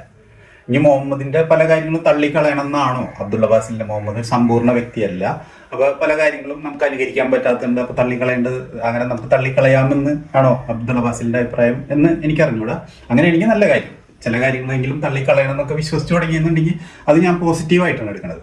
ഓക്കെ, അപ്പോൾ ഈ വിഷയം കൃത്യമായിട്ട് ഇത് ആയിഷാനെ മുഹമ്മദ് അങ്ങോട്ട് ആലോചിക്കുന്നത് കല്യാണം അബൂബക്കറിന്റെ അടുത്ത്. അപ്പൊ അബൂബക്കർ തിരിച്ചു ചോദിക്കുന്നുണ്ട്, നിങ്ങൾ എൻ്റെ മതത്തിൽ നിങ്ങൾ എൻ്റെ സഹോദരനല്ലേ എന്ന് ചോദിക്കുന്നുണ്ട്, മുസ്ലിം ബ്രദർഹുഡ് അനുസരിച്ച്. അപ്പോൾ മുഹമ്മദ് മറുപടി പറയുന്നത് മതത്തിൽ സഹോദരനാണ്, അത് വിവാഹത്തിനെ ബാധിക്കില്ല എന്നാണ് മുഹമ്മദ് തിരിച്ച് മറുപടി പറയുന്നത്. അങ്ങനെ അങ്ങോട്ട് ആലോചിച്ച് കല്യാണം കഴിക്കണതാണ്, അല്ലാതെ അവരിങ്ങോട്ട് ആലോചിച്ച് എന്നാ പിടിച്ചോ വെച്ചോ എന്നും പറഞ്ഞിട്ട് കൊണ്ടു കൊടുക്കണമല്ല. ഓക്കെ, അപ്പൊ ഇവിടെ എങ്ങനെയാണ് ഈ അബ്ദുള്ള അബ്ബാസിൽ ഇതെങ്ങനെയാണ് ഹറാമായത്? അബ്ദുള്ള അബ്ബാസിൽ എന്തിനാ ഈ വിഷയത്തിൽ പേടിച്ചു പറക്കുന്നത്? അപ്പൊ അതുകൊണ്ടാണ് ഈ പുസ്തകം ഉണ്ടായത്. ഈ പുസ്തകം എഴുതപ്പെട്ടത് ഈ സുന്നത്തിന്റെ പേരിലാണ്. അതായത് ഞാൻ നുജൂദ് വയസ്സ് 10 വിവാഹമോചിത, അതായത് 10 വയസ്സുള്ള വിവാഹമോചിതയായ നുജൂദ്, അതായത് ഭർത്താവിൽ നിന്ന് ക്രൂരത അനുഭവിച്ച് ഒരു കത്തിയും കൊണ്ട് ഭർത്താവ് ഒരു ദിവസം റൂമിൽ വന്ന്, കാരണം അത് പൊളിച്ചെടുക്കണം, അത് വലുതല്ല, എനിക്ക് അതുകൊണ്ട് ഉപയോഗം ഇല്ല, അപ്പൊ അതുകൊണ്ട് വലുതാക്കണം എന്നൊക്കെ പറഞ്ഞ് അങ്ങനെയൊക്കെ ചെയ്ത ഇതാണ്. അതിൽ നിന്ന് ഈ പെൺകുട്ടി എങ്ങനെയൊക്കെയോ രക്ഷപ്പെട്ട് ഭാഗ്യത്തിന് ഒരു വനിതാ അഡ്വക്കേറ്റിന്റെ മുമ്പിൽ ചെന്ന് പെടും. അങ്ങനെ രക്ഷപ്പെട്ടു പോകുന്നത് കൊണ്ട് മാത്രം എഴുതപ്പെട്ട പുസ്തകമാണ് ഇത്. ഞാൻ നുജൂദ് വയസ്സ് 10 വിവാഹമോചിത. ഇങ്ങനെ സംഭവിക്കാൻ കാരണം മുഹമ്മദിന്റെ സുന്നത്താണ്. ഇതുപോലെ യമനിലായാലും സുഡാനിലായാലും അഫ്ഗാനിലായാലും ഒക്കെ ഇഷ്ടംപോലെ കൊച്ചുകുട്ടികൾ പീഡിപ്പിക്കാനിടയായത് ഈ മുഹമ്മദിൻ സുന്നത്ത് വെച്ചിട്ടല്ലേ? അപ്പൊ ഇത് പെഡോഫിലിയ അല്ലേ? ഇത് പെഡോഫിലിയ അല്ലാണ്ടായത്. അപ്പൊ പെഡോഫിലിയ എന്നതുകൊണ്ട് ബാസിൽ ഉദ്ദേശിക്കുന്നത് എന്താണ്? ബാസിൽ ഇനി സ്വന്തമായിട്ട് വേർഷൻ ഉണ്ട് പെഡോഫിലിയക്ക്. അങ്ങനെ എത്രയോ ഇത് ഈ രക്ഷപ്പെട്ടു പോകുന്നത് കൊണ്ട്, ഒരു നല്ല കൈകളിൽ പെട്ട് രക്ഷപ്പെട്ട് പോകുന്നത് കൊണ്ടാണ് നുജൂദിന്റെ കഥ ലോകം അറിഞ്ഞതും ആ പെൺകുട്ടി രക്ഷപ്പെട്ടതും. ഇപ്പൊ ആ പെൺകുട്ടി സാമ്പത്തികമായിട്ടൊക്കെ ഉയർന്ന് ഈ പുസ്തകത്തിന്റെ തന്നെ റോയൽറ്റി ഒക്കെ വെച്ചിട്ട് തെറ്റില്ലാത്ത വരുമാനമൊക്കെ രക്ഷപ്പെട്ടു. പക്ഷെ എത്രയോ പേര് എരിഞ്ഞൊടുങ്ങിപ്പോയി, കൊച്ചുകുട്ടികൾ ഇത്തരം ഇതില് നരകിക്കുന്നുണ്ട്, ഇപ്പോഴും നരകിക്കുന്നുണ്ട്. അപ്പൊ അതിന് കാരണമായത് ഇദ്ദേഹത്തിന്റെ സുന്നത്താണ്. അപ്പൊ ഇതൊക്കെ അവിടെ കുഴിച്ച് കഷത്തിൽ വെച്ചിട്ടാണ് ഈ LGBT-ക്കെതിരെ, ഒരാൾക്ക് ഉപദ്രവമില്ലാത്ത LGBT-ക്കെതിരെ ഈ വാളും വീശി നടക്കുന്നത്. വടിവാളും വീശിങ്ങായിട്ട് വിവിധ വേദികളിലും ക്യാമ്പസുകളിലും കയറിയിട്ട് ഈ വടിവാൾ വീശുന്നത്. ഒന്ന് ആലോചിച്ച് നോക്കിയേ. അപ്പൊ ഇത്തരത്തിലുള്ള ഭീകരമായ കോമഡി, തികച്ചും അന്യായപരമായ, തികച്ചും ഇല്ലോജിക്കലായിട്ടുള്ള മണ്ടത്തരങ്ങളാണ് ഈ ചങ്ങാതിയും കൂട്ടരും കൂടെ നടത്തിക്കൊണ്ടിരിക്കുന്നത്. ഇനി നമുക്ക് ഇതിന്റെ ഒരു കൺക്ലൂഷൻ സെക്ഷനിലേക്ക് പോവാം. അപ്പൊ നമുക്കൊരാളുടെ ചോദ്യം കേട്ടിട്ട് വരാം. ഓക്കെ, നല്ല റിലവൻ്റ് ആയിട്ടുള്ള ഒരു ക്വസ്റ്റ്യൻ ഉണ്ട്. ഒരു വിശ്വാസി തന്നെയാണെന്നാണ് ചോദിക്കുന്നത്. പക്ഷെ ക്വസ്റ്റ്യൻ ചോദിച്ചതിന് പുള്ളിനെ അഭിനന്ദിക്കാതിരിക്കാൻ നിർത്തിയില്ല. ആ ചോദ്യം നമുക്ക് ആദ്യം കണ്ടിട്ട്. ഈ ബിഗ് ബോസ് പോലെയുള്ള TV ഷോകളിൽ ഒത്തിരി പ്രോബ്ലംസ് ഉണ്ടല്ലോ, ഒത്തിരി പ്രശ്നങ്ങളുണ്ടല്ലോ. മതപരമായി ജീവിക്കുന്ന നമ്മൾ അതെടുത്ത് വിമർശിക്കേണ്ടതുണ്ടോ എന്നുള്ളൊരു സംശയം ചോദിക്കും. പലപ്പോഴും ഇത്തരം വിഷയം പറയുമ്പോൾ പല ആളുകളും ഉന്നയിക്കുന്ന ഒരു ചോദ്യം കൂടിയാണിത്. ഹറാമിൽ മുങ്ങിക്കുളിച്ച ഒരു കാര്യമാണല്ലോ, അതിൽ ഈ കാര്യം മാത്രം വിശദീകരിച്ച് പറയേണ്ടതുണ്ടോ എന്നുള്ളതാണ്. ഒരു ഉദാഹരണം മാത്രം ഞാൻ പറയാം. ഒരു കള്ള് ഷാപ്പിൽ കത്തിക്കുത്തു നടന്നു. തിന്മകളുടെ വിളനിലങ്ങളിൽ അതിനേക്കാൾ വലിയ തിന്മകൾ സംഭവിക്കുമ്പോൾ നമ്മളത് പ്രത്യേകം എടുത്തു പറയും. എങ്ങനെയുണ്ട് ക്വസ്റ്റ്യൻ നമ്പർ 1 അല്ലേ? നിങ്ങൾക്ക് ഇഷ്ടപ്പെട്ടിട്ടുണ്ടാവുന്ന വിചാരിക്കും. അതായത് ഈ ബിഗ് ബോസ് തന്നെ ഹറാമായിട്ടുള്ള ഷോ അല്ലേ? ഇസ്ലാമികമായി നോക്കിക്കഴിഞ്ഞാൽ, ഇസ്ലാമിക പക്ഷത്ത് നോക്കിക്കഴിഞ്ഞാൽ ഈ ബിഗ് ബോസ് തന്നെ അങ്ങേയറ്റം ഹറാമായ ഒരു കാര്യമാണ്. കാരണം ആണും പെണ്ണും ഇടകലർന്ന് അവിടെ അത്തരത്തിലുള്ള ജീവിതവും ചർച്ചകളും മറ്റു കാര്യങ്ങളൊക്കെ ആയിട്ട് മറ്റു കാര്യങ്ങളും സെക്ഷൽ ആയിട്ടുള്ള കാര്യങ്ങളും നടക്കണില്ല. പക്ഷെ ആണും പെണ്ണും അങ്ങനെ ഇടകലർന്നിരിക്കുക എന്നത് തന്നെ ഇസ്ലാമിൽ പക്ക ഹറാമായ ഒരു കാര്യമാണ്. അപ്പൊ അങ്ങനെ നടക്കുന്ന ഒരു കാര്യമാണ് ഈ ബിഗ് ബോസ്. ഈ ബിഗ് ബോസ് തന്നെ ഹറാമാണ്. പിന്നെ അവിടെ ഇപ്പോൾ ഒരു ലെസ്ബിയൻ കപ്പിൾ വന്നാൽ പിന്നെ എക്സ്ട്രാ എന്തുകൊണ്ടാണ് ഹറാം ഉണ്ടാവാൻ എന്നാണ് ചോദ്യം. അതിന് ബാസിലിന് പറയുന്ന മറുപടി കള്ള് ഷാപ്പിൽ കത്തിക്കുത്ത് നടന്നാൽ ഉപമിക്കണം. അതായത് കള്ള് ഷാപ്പ് തന്നെ ഹറാമാണ്, അവിടെ കത്തിക്കുത്ത് നടന്നാലും കൂടുതൽ ഹറാമാണ്. അപ്പൊ അതിനെയാണ് നമ്മൾ വിമർശിക്കുന്നത് എന്നാണ് ബാസിലിന്റെ അതിന്റെ മറുപടി. ഇത് തന്നെ ഈ മറുപടി ബാസിലിന്റെ സ്ഥിരം ലോജിക്കൽ ഫാലസികളിൽപ്പെട്ട മറ്റൊരു ഫാലസിയാണ്. കാരണം വെച്ച് കഴിഞ്ഞാൽ കള്ള് ഷാപ്പ് എന്ന് പറഞ്ഞു കഴിഞ്ഞാൽ നിയമപരമായിട്ട് ലൈസൻസ് ഉള്ളതാണ്. ഇന്ത്യയിലായാലും എന്തിനു പറയുന്നത്, അറേബ്യയിലായാലും ലൈസൻസ് ഉള്ളതാണ്. സൗദി അറേബ്യയിൽ മുമ്പ് ഈ അമേരിക്കൻ മിലിറ്ററി ക്യാമ്പ് അതുപോലുള്ള VIP-കളുടെ സ്ഥലത്തൊക്കെ മുമ്പേ അനുവാദമുണ്ട്, പക്ഷെ പൊതുജനങ്ങൾക്ക് ലഭ്യമല്ലായിരുന്നു. എന്നിട്ട് അപ്പൊ ആ സമയത്ത് സൗദിയുടെ കള്ള് ഷാപ്പായിട്ട് പ്രവർത്തിച്ചിരുന്നത് ബഹ്റൈൻ എന്ന മുസ്ലിം രാജ്യമാണ്. സൗദിയിൽ നിന്ന് ബഹ്റൈനിലേക്ക് വരുന്ന ഒരു പാലമുണ്ട്. ഈ പാലം ബ്ലോക്ക് ആയിരിക്കും, ട്രാഫിക് ബ്ലോക്ക്. കാരണം സൗദിക്കാർ കള്ള് കുടിക്കാൻ വേണ്ടി ബഹ്റൈനിൽ വരാനാണ്. അപ്പൊ ഇത് പിന്നെ ഖത്തറിലായിക്കോട്ടെ UAE-യിലായിക്കോട്ടെ ഒക്കെ, UAE-യിൽ കൂടുതൽ ലിബറലാണ്. മുമ്പും കള്ള് ഷാപ്പുകളുണ്ട്, ഖത്തറിലും ഉണ്ട് കള്ള് ഷാപ്പ്. പിന്നെ സാധാരണക്കാർക്ക് മാത്രം കുറച്ച് ബുദ്ധിമുട്ടാണ് കിട്ടാൻ ഒക്കെ, എന്നാലും അവരും എങ്ങനെയെങ്കിലുമൊക്കെ ഒപ്പിക്കുന്നുണ്ട്. അപ്പൊ അതുപോലെ ഒമാനില് അവിടെയൊക്കെ കള്ള് ഷാപ്പുകളുണ്ട്. അപ്പൊ അത് ലീഗലായിട്ട് മുസ്ലിം രാജ്യങ്ങളിൽ അടക്കം 100% മുസ്ലിങ്ങളുള്ള രാജ്യങ്ങളിലടക്കം ലീഗലായിട്ട് നടക്കപ്പെടുന്നതാണ് ഈ കള്ള് ഷാപ്പ്. കള്ളെന്ന് പറഞ്ഞാൽ നമ്മളെ തെങ്ങിന്ന് ചെത്തിക്കിട്ടുന്ന കള്ള് എന്നുള്ള അർത്ഥത്തിലല്ല, മദ്യഷാപ്പ് എന്നുള്ള അർത്ഥത്തിലാണ്. മുസ്ലിം രാജ്യങ്ങളിലടക്കം ലീഗലായിട്ടുള്ള ഒരു കാര്യമാണ് ഈ കള്ള് ഷാപ്പ് എന്ന് പറയുന്നത്. കത്തിക്കുത്ത് എന്ന് പറഞ്ഞ ഒരു ക്രിമിനൽ ആക്ടിവിറ്റിയാണ്. എല്ലാ രാജ്യങ്ങളിലും, മുസ്ലിം അമുസ്ലിം ഭേദമില്ല, എല്ലാ രാജ്യങ്ങളിലും ക്രിമിനൽ കിട്ടുകയാണ്. അപ്പൊ അതെങ്ങനെ ഇത് രണ്ടും എങ്ങനെ അനോളജി ശരിയാവും? ഒന്നുകിൽ രണ്ടും ഈക്വലി അല്ലേ വരുള്ളൂ. അപ്പൊ കള്ള് ഷാപ്പ് ആണ് ഇല്ലീഗലാണ്, അതിലെ കത്തിക്കുത്താണ് ഇതെങ്കിൽ എങ്ങനെയാണ് അതിന്റെ അനോളജി കറക്റ്റ് ആവുക? എനിക്ക് എങ്ങനെ ആലോചിച്ചിട്ട് പിടിയിട്ടാത്തൊരു കാര്യമാണ്. അതൊന്ന്. രണ്ടാമത്തെ കാര്യം, അപ്പൊ അത് അവിടെ ഫാൾസ് അനോളജി നമ്മൾ കണ്ടു കഴിഞ്ഞു. ഇനി അടുത്തതിലേക്ക് നമുക്ക് പോവാം. ഇനി പരമപ്രധാനമായൊരു കാര്യം, ബാസിലും ഈ വിസ്ഡം ഗ്ലോബിലൊക്കെ തരികിട കളിക്കുന്ന, മറച്ചു വെക്കുന്ന, ധൈര്യമില്ലാത്തത് കൊണ്ട് മിണ്ടാത്തൊരു കാര്യത്തിലേക്കാണ് നമുക്ക് ഇനി പോകാനുള്ളത്. കാരണം ഈ കള്ള് ഷാപ്പായാലും ഈ കത്തിക്കുത്തായാലും ഈ സ്വർഗരീതിയായാലും വ്യഭിചാരമായാലും, ഇനി വ്യഭിചാരം എന്ന് പറഞ്ഞാൽ സ്വന്തം മാതാവിനെ വ്യഭിചരിക്കുന്നതായാൽ പോലും അതൊക്കെ ആപേക്ഷികമായി ചെറിയ തിന്മകളാണ്.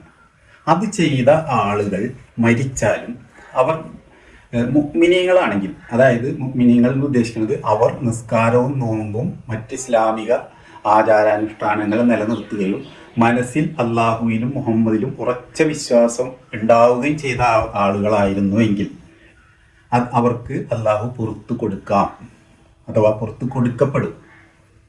അതിന് തെളിവുകൾ ഹദീസുകളിൽ വ്യക്തമായിട്ടുണ്ട്. പക്ഷേ ഈ കുഫ്റോ ശിർക്കോ ഒരിക്കലും അള്ളാഹു പുറത്തു കൊടുക്കില്ല. അത് കുഫറും ശിർക്കും ചെയ്ത ഒരാൾ ആ നിലയിൽ മരണപ്പെട്ടു കഴിഞ്ഞാൽ പിന്നെ അവിടെ മാപ്പില്ല, തൗബയില്ല. മരിക്കുന്നതിന് മുമ്പ് തൗബ ചെയ്തിട്ടാണ് ആൾ മരിച്ചതെന്നുണ്ടെങ്കിൽ, അല്ലെങ്കിൽ കുഫറിൽ നിന്നും ശിർക്കിൽ നിന്നും തൗബ ചെയ്തിട്ടാണ് മരിച്ചതെന്നുണ്ടെങ്കിൽ രക്ഷയുണ്ട്. പക്ഷെ മരിക്കുന്ന സമയത്തും അയാൾ കുഫറോ ശിർക്കിലോ നിന്നിരുന്ന ആളാണെങ്കിൽ, ഇപ്പോൾ ഗാന്ധിജി 100% നരകത്തിലാണ് ഇസ്ലാമിക വിശ്വാസപ്രകാരം. പിന്നെ ഇവരോട് ചോദിക്കുമ്പോൾ ഇവർ കടന്നു ഉരുളാണത് ഗാന്ധിജിനെ നരകത്തിലാക്കാനുള്ള ഇവരുടെ ബുദ്ധിമുട്ടുകൊണ്ടാണ്. പൊതുസമൂഹത്തിൽ ആ തക്കിയുടെ ഭാഗമായിട്ട് ഉരുളാണ്. ആക്ച്വലി നമുക്ക് ഉറപ്പിച്ച് പറയാം ഗാന്ധിജി നരകത്തിലാണ് ഇസ്ലാമിക വീക്ഷണപ്രകാരം. നമ്മുടെ മുജാഹിദ് ബാലുശ്ശേരി പറഞ്ഞത് കേട്ടില്ലേ? വേണമെങ്കിൽ ഒന്നും കൂടെ കേട്ടോ. അതായത് ഒരാള് ഗുരുവായൂരപ്പ രക്ഷിക്കണേ എന്ന് പ്രാർത്ഥിക്കുന്നു. ഫോർ എക്സാമ്പിൾ, അയാൾ ജീവിതത്തിൽ ഒരിക്കലും വ്യഭിചരിച്ചില്ല, ജീവിതത്തിൽ ഒരിക്കലും സ്വർഗരതിയിൽ ഏർപ്പെട്ടില്ല, ജീവിതത്തിൽ ഒരിക്കലും അയാൾ പലിശ കൊടുത്തില്ല, ഒരു തെറ്റും അയാൾ വേറെ ചെയ്തില്ല, എല്ലാവർക്കും നല്ല സേവനം ചെയ്തു. അയാൾ സ്വർഗത്തിലെത്തുവോ? ഇസ്ലാം പറയുന്നില്ല. എന്തുകൊണ്ട്? ഗുരുവായൂരപ്പ രക്ഷിക്കണേ എന്ന് പ്രാർത്ഥിച്ചതിന്റെ പേരിൽ മാത്രം. അപ്പൊ ഗാന്ധിജി എവിടെയും നമുക്കറിയാലോ. ഗാന്ധിജി മരിക്കുമ്പോൾ പോലും റാം റാം എന്ന് പറഞ്ഞിട്ടാണ് മരിച്ചു വീണത്. അപ്പൊ അവിടെ ഒരു സംശയിക്കേണ്ട കാര്യം തന്നെ ഇല്ല അവിടെ.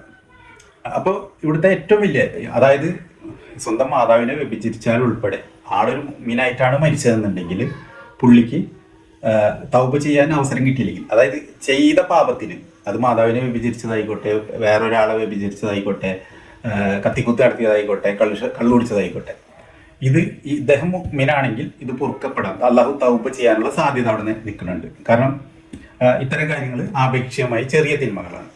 പക്ഷെ മറ്റേ ആൾ തൗബ ചെയ്യാതെ മരിച്ചതെന്നുണ്ടെങ്കിൽ ഒരു രക്ഷയില്ല, 100% നരകമാണ്, നിത്യ നരകമാണ്. അപ്പൊ ഇത് കൃത്യമാണ്. അപ്പോൾ ഇവിടെ ഈ ബിഗ് ബോസിനേക്കാൾ, അതായത് ആപേക്ഷികമായി ചെറിയ, ഇസ്ലാമിനെ സംബന്ധിച്ച് ചെറിയ തിന്മകളാണ് ബിഗ് ബോസും കത്തിക്കുത്തും സ്വർഗരീതിയൊക്കെ. പക്ഷെ ഇവിടെ ചുറ്റുപാടും ബാസിലിന്റെ അയൽവക്കത്ത് ഉൾപ്പെടെ ശിർക്ക് നടപാടാണ്. അവിടെ ക്ഷേത്രങ്ങളിൽ ശിർക്ക് സംഭവിച്ചുകൊണ്ടിരിക്കുകയാണ്. ശിർക്കന്മാർ ചുറ്റും ഇങ്ങനെ നടന്നുകൊണ്ടിരിക്കുകയാണ്. നാലുപാടും ഹിന്ദുക്കളും ക്രിസ്ത്യാനികളും ബുദ്ധന്മാരും ഒക്കെ പലരുമായിട്ട് ഇങ്ങനെ നടന്നുകൊണ്ടിരിക്കും, വിവിധ മതസ്ഥര്. അപ്പൊ ആ ശിർക്കിനെതിരെയല്ലേ ഇവർ പോരാടേണ്ടത്. ആ ശിർക്കിനെതിരെ ഒരു അക്ഷരം ഉണ്ടാണ്ട് ഈ ബിഗ് ബോസിന്റെയും ഈ സ്വർഗരതിക്കാരനെയും പിന്നാലെ നടക്കുന്നത് കോമഡിയല്ലേ. അതായത് വലിയ തിന്മ വിട്ടിട്ട് അപ്പൊ നാട്ടിലൊരു വലിയ അനീതിയും അക്രമവും നടമാടുന്നു.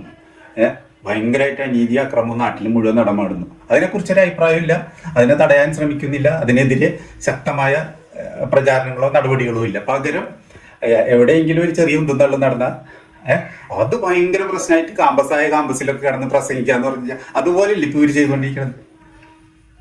അതായത് കൊടിയ ആക്രമണങ്ങൾ നാട്ടിൽ മുഴുവൻ നടക്കുന്നു. പക്ഷെ ബാസിൽ തടയാൻ ശ്രമിക്കുന്നതോ അല്ലെങ്കിൽ അത് പ്രചാരണം നടത്താൻ ശ്രമിക്കുന്നതോ എവിടെയോ നടക്കുന്ന ഒന്നും തള്ളും അടിപിടി. എങ്ങനെയുണ്ട്? അപ്പൊ ഇതാണ് ഇതിന്റെ കോമഡി എന്ന് പറയുന്നത്. ഇവരൊക്കെ അനുഭവിക്കുന്ന ഒരു പ്രതിസന്ധി എന്ന് പറഞ്ഞു കഴിഞ്ഞാൽ ഇതാണ്. കാരണം ഈ ശിർക്കിനെതിരെ ഇവർക്ക് പരസ്യമായിട്ട് രംഗത്ത് വരികയും അധികം പ്രചാരണം നടത്താൻ നിന്ന് ഇവർക്ക് പണി കിട്ടും. ഇവരൊക്കെ ജയിലിലാവും.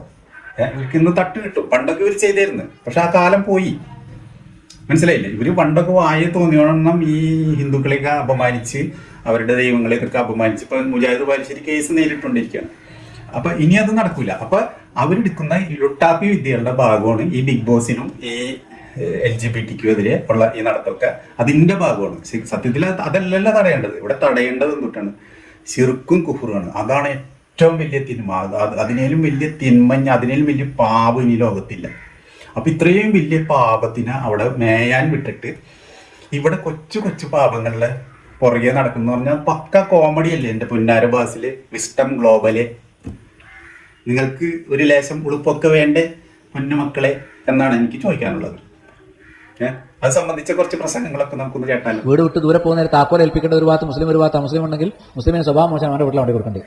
അവനെ അവഗണിച്ചിട്ട് അതിനേക്കാൾ വലിയ തിന്മ ചെയ്യുന്ന കുഫറും ശിർക്കും ചെയ്യുന്ന ആളുകൾക്ക് പരിഗണന കൊടുക്കുന്ന ഒരു മുഖത്തുള്ള ചിരി കണ്ടിട്ട് പരിഗണന കൊടുക്കുന്ന സ്വഭാവം വേണ്ട. കാരണം ശൈത്താനെ കൊണ്ട് നടക്കുന്നത്. കുറച്ച് സാമ്പിൾസ് ആണ്. ആ സാമ്പിൾസ് ഒന്ന് കേട്ടിട്ട് നമുക്കിത് അവസാനിപ്പിക്കാം. ഓക്കെ, രസമല്ലേ ഇതൊക്കെ? ഒന്നാമത്തെ തലക്കെട്ടിൽ ഷെയ്ഖ് സാലിഹ് ഫൗസാൻ പറയുന്നത് അൽ ഹിജറത്തു ഇലാ ബിലാദിൽ മുസ്ലിമീൻ, മുസ്ലിങ്ങളുടെ രാജ്യത്തിലേക്ക് പലായനം ചെയ്യുക. വഹജറു ബിലാദിൽ കാഫിരീൻ, കാഫറുകളുടെ രാജ്യം ഒഴിവാക്കുക.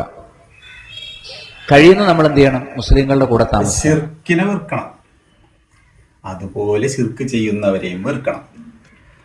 കാഫറുകളുമായി ബന്ധവിച്ഛേദനം വേണം. മനസ്സിലായില്ലേ? കൃത്യമായും അതിന് പ്രത്യേകിച്ചും വഹാബികളുടെ തന്നെ ഷെയ്ഖ് സാലിഹ് അൽ ഫൗസാന്റെ കാര്യം അദ്ദേഹത്തിന്റെ പുസ്തകം വിശദീകരിച്ചുകൊണ്ടാണ് ഷംസുദ്ദീൻ ബാലത്ത് കാര്യം പറയുന്നത്. നിങ്ങൾ വീട് പൂട്ടി പുറത്തു പോകുമ്പോൾ നിങ്ങളുടെ അയൽവക്കത്തെ മുസ്ലിം അത്ര ശരിയല്ല, ഹിന്ദു നല്ലവരാണ് എന്ന് വച്ചിട്ട് നിങ്ങൾ ആ താക്കോല് കൊണ്ടുപോയിട്ട് ഹിന്ദുവിന്റെ വീട്ടിൽ കൊടുക്കുന്നു. അത് നിങ്ങൾ ചെയ്യുന്നത് തെറ്റാണ്. അങ്ങനെ ചെയ്യുകയാണെങ്കിൽ മുസ്ലിമിന്റെ വീട്ടിൽ കൊടുക്കണം. കാരണം മുസ്ലിം അവൻ തൗഹീദ് ചെയ്യുന്നതാണ്, തൗഹീദിലിരിക്കുന്നതാണ്. അവന്റെ മറ്റു സ്വഭാവങ്ങളൊന്നും നിങ്ങൾ പരിഗണിക്കേണ്ട ആവശ്യമില്ല എന്നൊക്കെയാണ് ഇദ്ദേഹം പറയുന്നത്. ഇത്രയും വെറുക്കപ്പെട്ട സംഗതിയാണ് കുഫറും ശിർക്കും. അത്തരം കാര്യങ്ങളൊക്കെ മൂടി വെച്ചുകൊണ്ടാണ് ഇവർ ഈ അഭ്യാസ പ്രകടനങ്ങൾ കാണിക്കുന്നത്, ഈ സർക്കസുകൾ കാണിക്കുന്നത്, ഈ നാടകങ്ങൾ നടത്തുന്നത് എന്ന് കാണിക്കാനാണ് ഞാൻ ഈ വിഷയം പ്രത്യേകം അവസാനം എടുത്തു കാണിച്ചത്. ഓക്കെ, അപ്പൊ അക്കാര്യത്തിലും ഒരു തീരുമാനമായില്ലേ. ഇനി അവസാനമായിട്ട് ബാസിലിന്റെ ഒരു ക്ലിപ്പും കൂടെ കേൾക്കാം. ഈ ക്ലിപ്പ് നിങ്ങൾ ശ്വാസം പിടിച്ചിരുന്ന് കേൾക്കേണ്ടി വരും. അത്രയും പ്രഷറിലാണ് ബാസിലുള്ളത്. ബാസിൽ ഉരുകി തിളക്കുകയാണ്. ബോംബ് ലഭ്യമാണെങ്കിൽ എനിക്ക് തോന്നുന്നത് ബാസിൽ അവിടെ ആ സ്റ്റേജിൽ പൊട്ടിത്തെറിച്ചാലും തോന്നുന്നു. നിങ്ങൾ കേട്ടോക്ക്. ഞാൻ പറഞ്ഞത് നുണയാണെങ്കിൽ നിങ്ങൾ നേരിട്ട് കേട്ടുനോക്ക്. ആ പ്രഷറൊന്ന് നിങ്ങൾ കണ്ടുനോക്ക് എത്രത്തോളം ഉണ്ടെന്നുള്ളത്. എനിക്ക് തോന്നുന്നു മുഹമ്മദിന് പോലും ഇത്രയും പ്രഷർ ഉണ്ടായിട്ടുണ്ടാവില്ല കേട്ടോ. 7-ാം നൂറ്റാണ്ടിൽ ഇത്രയും പ്രഷറൊന്നും മുഹമ്മദിന് പോലും ഉണ്ടായിട്ടുണ്ടാവില്ല. പക്ഷെ ബാസിൽ ഇപ്പൊ മുഹമ്മദിനെ കടത്തി വെട്ടുന്ന പ്രഷറിലാണ് ഉള്ളത്. അപ്പൊ നിങ്ങൾ ആ പ്രസംഗം ഒന്ന് കേട്ടു ആദ്യം, എന്നിട്ട് നമുക്ക് അതിന്റെ അനാലിസിസിലേക്ക് പോവാം. ഇസ്ലാമിനു മാത്രമേ അതിന്റെ ആദർശങ്ങളിൽ നട്ടല്ലോടുകൂടി നിവർന്നു നിന്നുകൊണ്ട് ഞങ്ങൾ ഏത് ലിബറലിസം വന്നാലും, ഏത് കമ്മ്യൂണിസം വന്നാലും, ഏത് മോഡേണിറ്റി വന്നാലും, ഞങ്ങളെ എത്ര പ്രാകൃത എന്ന് വിളിച്ചാലും, ഞങ്ങളെ എത്ര ആധുനിക സമൂഹത്തിൽ ചേരാത്തവർ എന്ന് വിളിച്ചാലും, ഞങ്ങളുടെ ധാർമ്മികതയും ഞങ്ങളുടെ വിശ്വാസവും ഞങ്ങളുടെ മൊറാലിറ്റിയും ഉയർത്തിപ്പിടിച്ചുകൊണ്ട് ഞങ്ങൾ മുന്നോട്ട് പോകുക തന്നെ ചെയ്യുമെന്ന് പറയാൻ ഇസ്ലാമിനല്ലാതെ മറ്റേത് ആദർശത്തിനാണ് സാധിക്കുന്നത്? ഇതിൽ ബാസിൽ നടത്തിക്കുന്ന തട്ടിപ്പ് ശ്രദ്ധിച്ച, അതായത് ബാസിൽ പൊട്ടിത്തെറിക്കുകയാണ്, ഉരുകി തിളക്കുകയാണ്. അവിടെ ബാസിൽ 3 കൂട്ടരുടെ പേര് പറയുന്നുണ്ട്.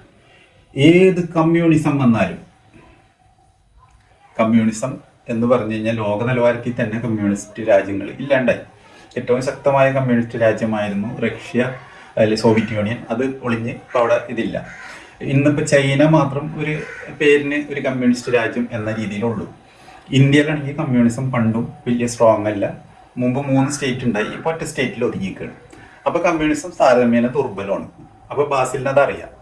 അപ്പോൾ ഏത് കമ്മ്യൂണിസം വന്നാലെന്നും പറഞ്ഞ് വെല്ലുവിളിച്ച് കഴിഞ്ഞാൽ ഇപ്പോൾ ആരും ചോദിക്കാൻ ചെല്ലില്ല. ഇപ്പോൾ ഒരു മത സംഘടനയുടെ ആളോട് അതും പറഞ്ഞ് ഇപ്പോൾ ആരും ചോദിക്കാൻ ചെല്ലില്ല. ധൈര്യപ്പെട്ട് പറയാം ഏത് കമ്മ്യൂണിസം വന്നാലും വെല്ലുവിളിക്കാം.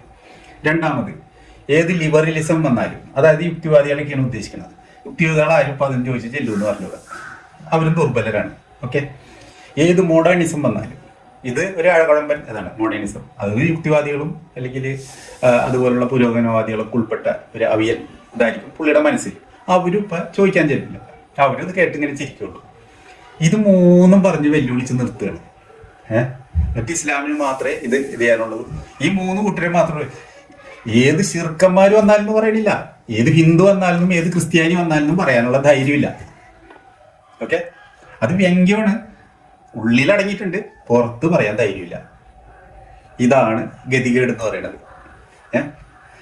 സംഗതി ഉള്ളി ബോധപൂർവ്വമല്ല കേട്ടോ, സത്യം പറഞ്ഞു കഴിഞ്ഞാൽ ബോധപൂർവ്വമല്ല, പേടിച്ചിട്ടാണ്, വേറൊന്നുണ്ടല്ലോ. അപ്പോൾ ഇതാണ് ഇവരുടെ കോമഡിയുടെ. അതായത് ഏറ്റവും വലിയ തിന്മയായ ശിർക്കിനോ അതിനെതിരായി പ്രവർത്തിക്കാനോ ശക്തമായി അതിനെതിരെ ഒരു ക്യാമ്പയിൻ നടത്താനോ അതിനെതിരെ ക്യാമ്പസുകൾ തോറും ഇങ്ങനെ പ്രോഗ്രാം നടത്താനോ പറ്റൂല.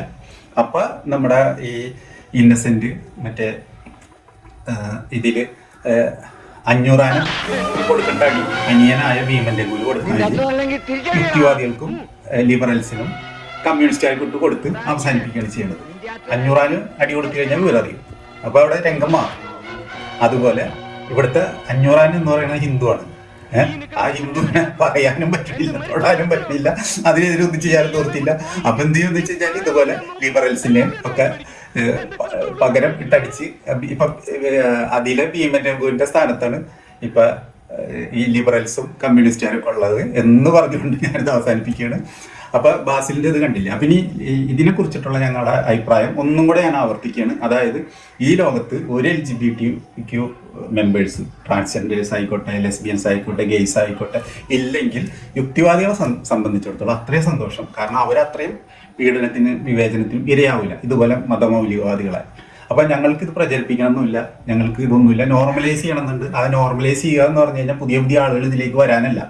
ഞങ്ങൾക്കാർക്കും താല്പര്യമില്ലാത്ത കാര്യം പിന്നെ ഞങ്ങൾ വേറെ ആളെ കൊണ്ട് ചെയ്യിക്കേണ്ട കാര്യത്താണ്.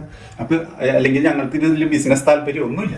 അപ്പോൾ പ്രശ്നം എന്താ വെച്ച് കഴിഞ്ഞാൽ അങ്ങനെയുള്ളവർ ആൾറെഡി ഉള്ള ആളുകളുടെ അവകാശങ്ങൾക്കൊപ്പം നിൽക്കുക, ഇൻഫോംഡ് കൺസെന്റ് വഴി അവർക്ക് സമാന മനസ്കരുമായി യോജിക്കാനുള്ള അവസരം ഉണ്ടാക്കി കൊടുക്കുക. അതെങ്ങനെ അവസരം ഉണ്ടാക്കി കൊടുത്താലും 5 to 8% കൂടുതൽ അവരില്ല, അങ്ങനെ വരാനും പറ്റില്ല. ഇനി പുതിയതായിട്ട് ആൾക്കാരെ അതിലേക്ക് റിക്രൂട്ട് ചെയ്യാനും പറ്റില്ല. അങ്ങനെ റിക്രൂട്ട് ചെയ്തിട്ട് ആർക്കും ലാഭം കിട്ടാനില്ല. ഇവിടെ സാമ്രാജ്യത്വത്തിനായാലും കോർപ്പറേറ്റുകൾക്കായാലും യുക്തിവാദികൾക്കായാലും ലിബറൽസിനായാലും ഇനി സംഘപരിവാറിനായാലും അതൊക്കെയാണല്ലോ ഇവരുടെ വലിയ മുഖ്യ ശത്രുക്കൾ. ആര്യന്മാർക്കായാലും ആർക്കായാലും ഇതിനൊന്നും ഒരു താല്പര്യമില്ല. ഇതിങ്ങനെ പ്രചരിപ്പിച്ചിട്ട് അവർക്കൊന്നും ഒരു ലാഭമില്ല, താല്പര്യമില്ല, ഒന്നുമില്ല. അവർക്ക് ലാഭമോ താല്പര്യമോ കാര്യങ്ങളുള്ള വേറെ ഒരുപാട് വിഷയങ്ങളുണ്ട്. ഈ LGBT ഒന്നും അവർക്ക് താല്പര്യമോ ലാഭമോ ഉള്ള വിഷയങ്ങളല്ല. അപ്പോൾ പക്ഷെ അവിടെ ആൾറെഡി ഉള്ള ആളുകൾ, അതൊരു യാഥാർത്ഥ്യമാണ്, സാമൂഹിക യാഥാർത്ഥ്യമാണ് അവരുണ്ടെന്നുള്ളത്. നിശ്ചിത % സമൂഹത്തിൽ അതൊരു ചെറിയ %ആണ്. ആ ആളുകൾക്ക് ഇൻഫോംഡ് കൺസെന്റ് വെച്ചിട്ട് ഒന്നിച്ച് ജീവിക്കാനോ അവരുടെ ഹാപ്പിനെസ് കണ്ടെത്താനോ ഉള്ള അവകാശങ്ങൾക്കൊപ്പം നിൽക്കുക എന്നത് മാത്രമാണ് യുക്തിവാദിയോടെ ചെയ്യുന്നത്. അതിൽ മുഹമ്മദിന്റെ ഇഷ്ടാനിഷ്ടങ്ങൾക്ക് യാതൊരു പ്രസക്തിയില്ല എന്നതാണ് ഞങ്ങളുടെ കാഴ്ചപ്പാട്. മുഹമ്മദിന്റെ എന്നല്ല, ലോകത്തെ ഏതെങ്കിലും കഥാപുസ്തകങ്ങളിലെ ഏതെങ്കിലും അമ്മൂമ്മ കഥകളുടെ സാഹിത്യം വെച്ചിട്ടല്ല അവിടെ നന്മ തിന്മകൾ തീരുമാനിക്കേണ്ടത്. മറിച്ച് അതെങ്ങനെ സമൂഹത്തിനെ മോശമായിട്ടോ റിഗ്രസീവായിട്ടോ ബാധിക്കോ എന്നുള്ള കാര്യങ്ങൾ മാത്രം വെച്ചിട്ടാണ്. അപ്പോൾ സമൂഹത്തിന് കാര്യമായ ഡാമേജോ പരിക്കോ കാര്യങ്ങളോ ഇല്ലെങ്കിൽ അത് അംഗീകരിക്കുക എന്നത് മാത്രമേ ഉള്ളൂ അവിടുത്തെ ചെയ്യാനുള്ളത്. ആ അർത്ഥത്തിൽ മാത്രമാണ് യുക്തിവാദികളും ലിബറൽസും ഇതിനെ സപ്പോർട്ട് ചെയ്യുന്നതും ഇത് നോർമലൈസ് ചെയ്യാൻ ശ്രമിക്കുന്നത്. അതിലപ്പുറം ഞങ്ങൾക്ക് യാതൊരു ഉദ്ദേശം അവിടെ ഇല്ല. ഇതാണ് യുക്തിവാദി കാഴ്ചപ്പാട്. പക്ഷെ ഇവിടെ ഭക്തിവാദി കാഴ്ചപ്പാട് അതല്ല. പ്രത്യേകിച്ചും ബാസിലിന്റെ ഇസ്ലാമിക കാഴ്ചപ്പാട് മുഹമ്മദിനെ ഇഷ്ടമുണ്ടോ ഇല്ല എന്നുള്ളതാണ്. ആ മുഹമ്മദിന്റെ ഇഷ്ടാനിഷ്ടങ്ങൾക്കനുസരിച്ച് നന്മ തിന്മകൾ തീരുമാനിക്കുന്ന യൂത്ത് ഫ്രോഡിലെ മേലെ ഒന്നാമത്തെ ഹോൺ അനുസരിച്ചിട്ടുള്ള പദ്ധതികളാണ് ഈ പറഞ്ഞുകൊണ്ട് നടക്കുന്നത്. അല്ലാണ്ട് വേറൊരു നന്മ അല്ലെങ്കിൽ വേറൊരു തിന്മയൊന്നും അവിടെ ചൂണ്ടിക്കാണിക്കാനില്ല. അതുകൊണ്ടാണ് പല സ്ഥലത്തും വർഗാധിപത്യം പറഞ്ഞ് ഉരുളേണ്ടി വരുന്നത്. ഇത്രയും പറഞ്ഞുകൊണ്ട് ഈ എപ്പിസോഡ് ഇവിടെ അവസാനിപ്പിക്കുകയാണ്. അപ്പോൾ ഇനി അടുത്ത എപ്പിസോഡിൽ മറ്റൊരു വിഷയമായിട്ട് വീണ്ടും കാണാം. തൽക്കാലം ഗുഡ് ബൈ, വീണ്ടും കാണാം.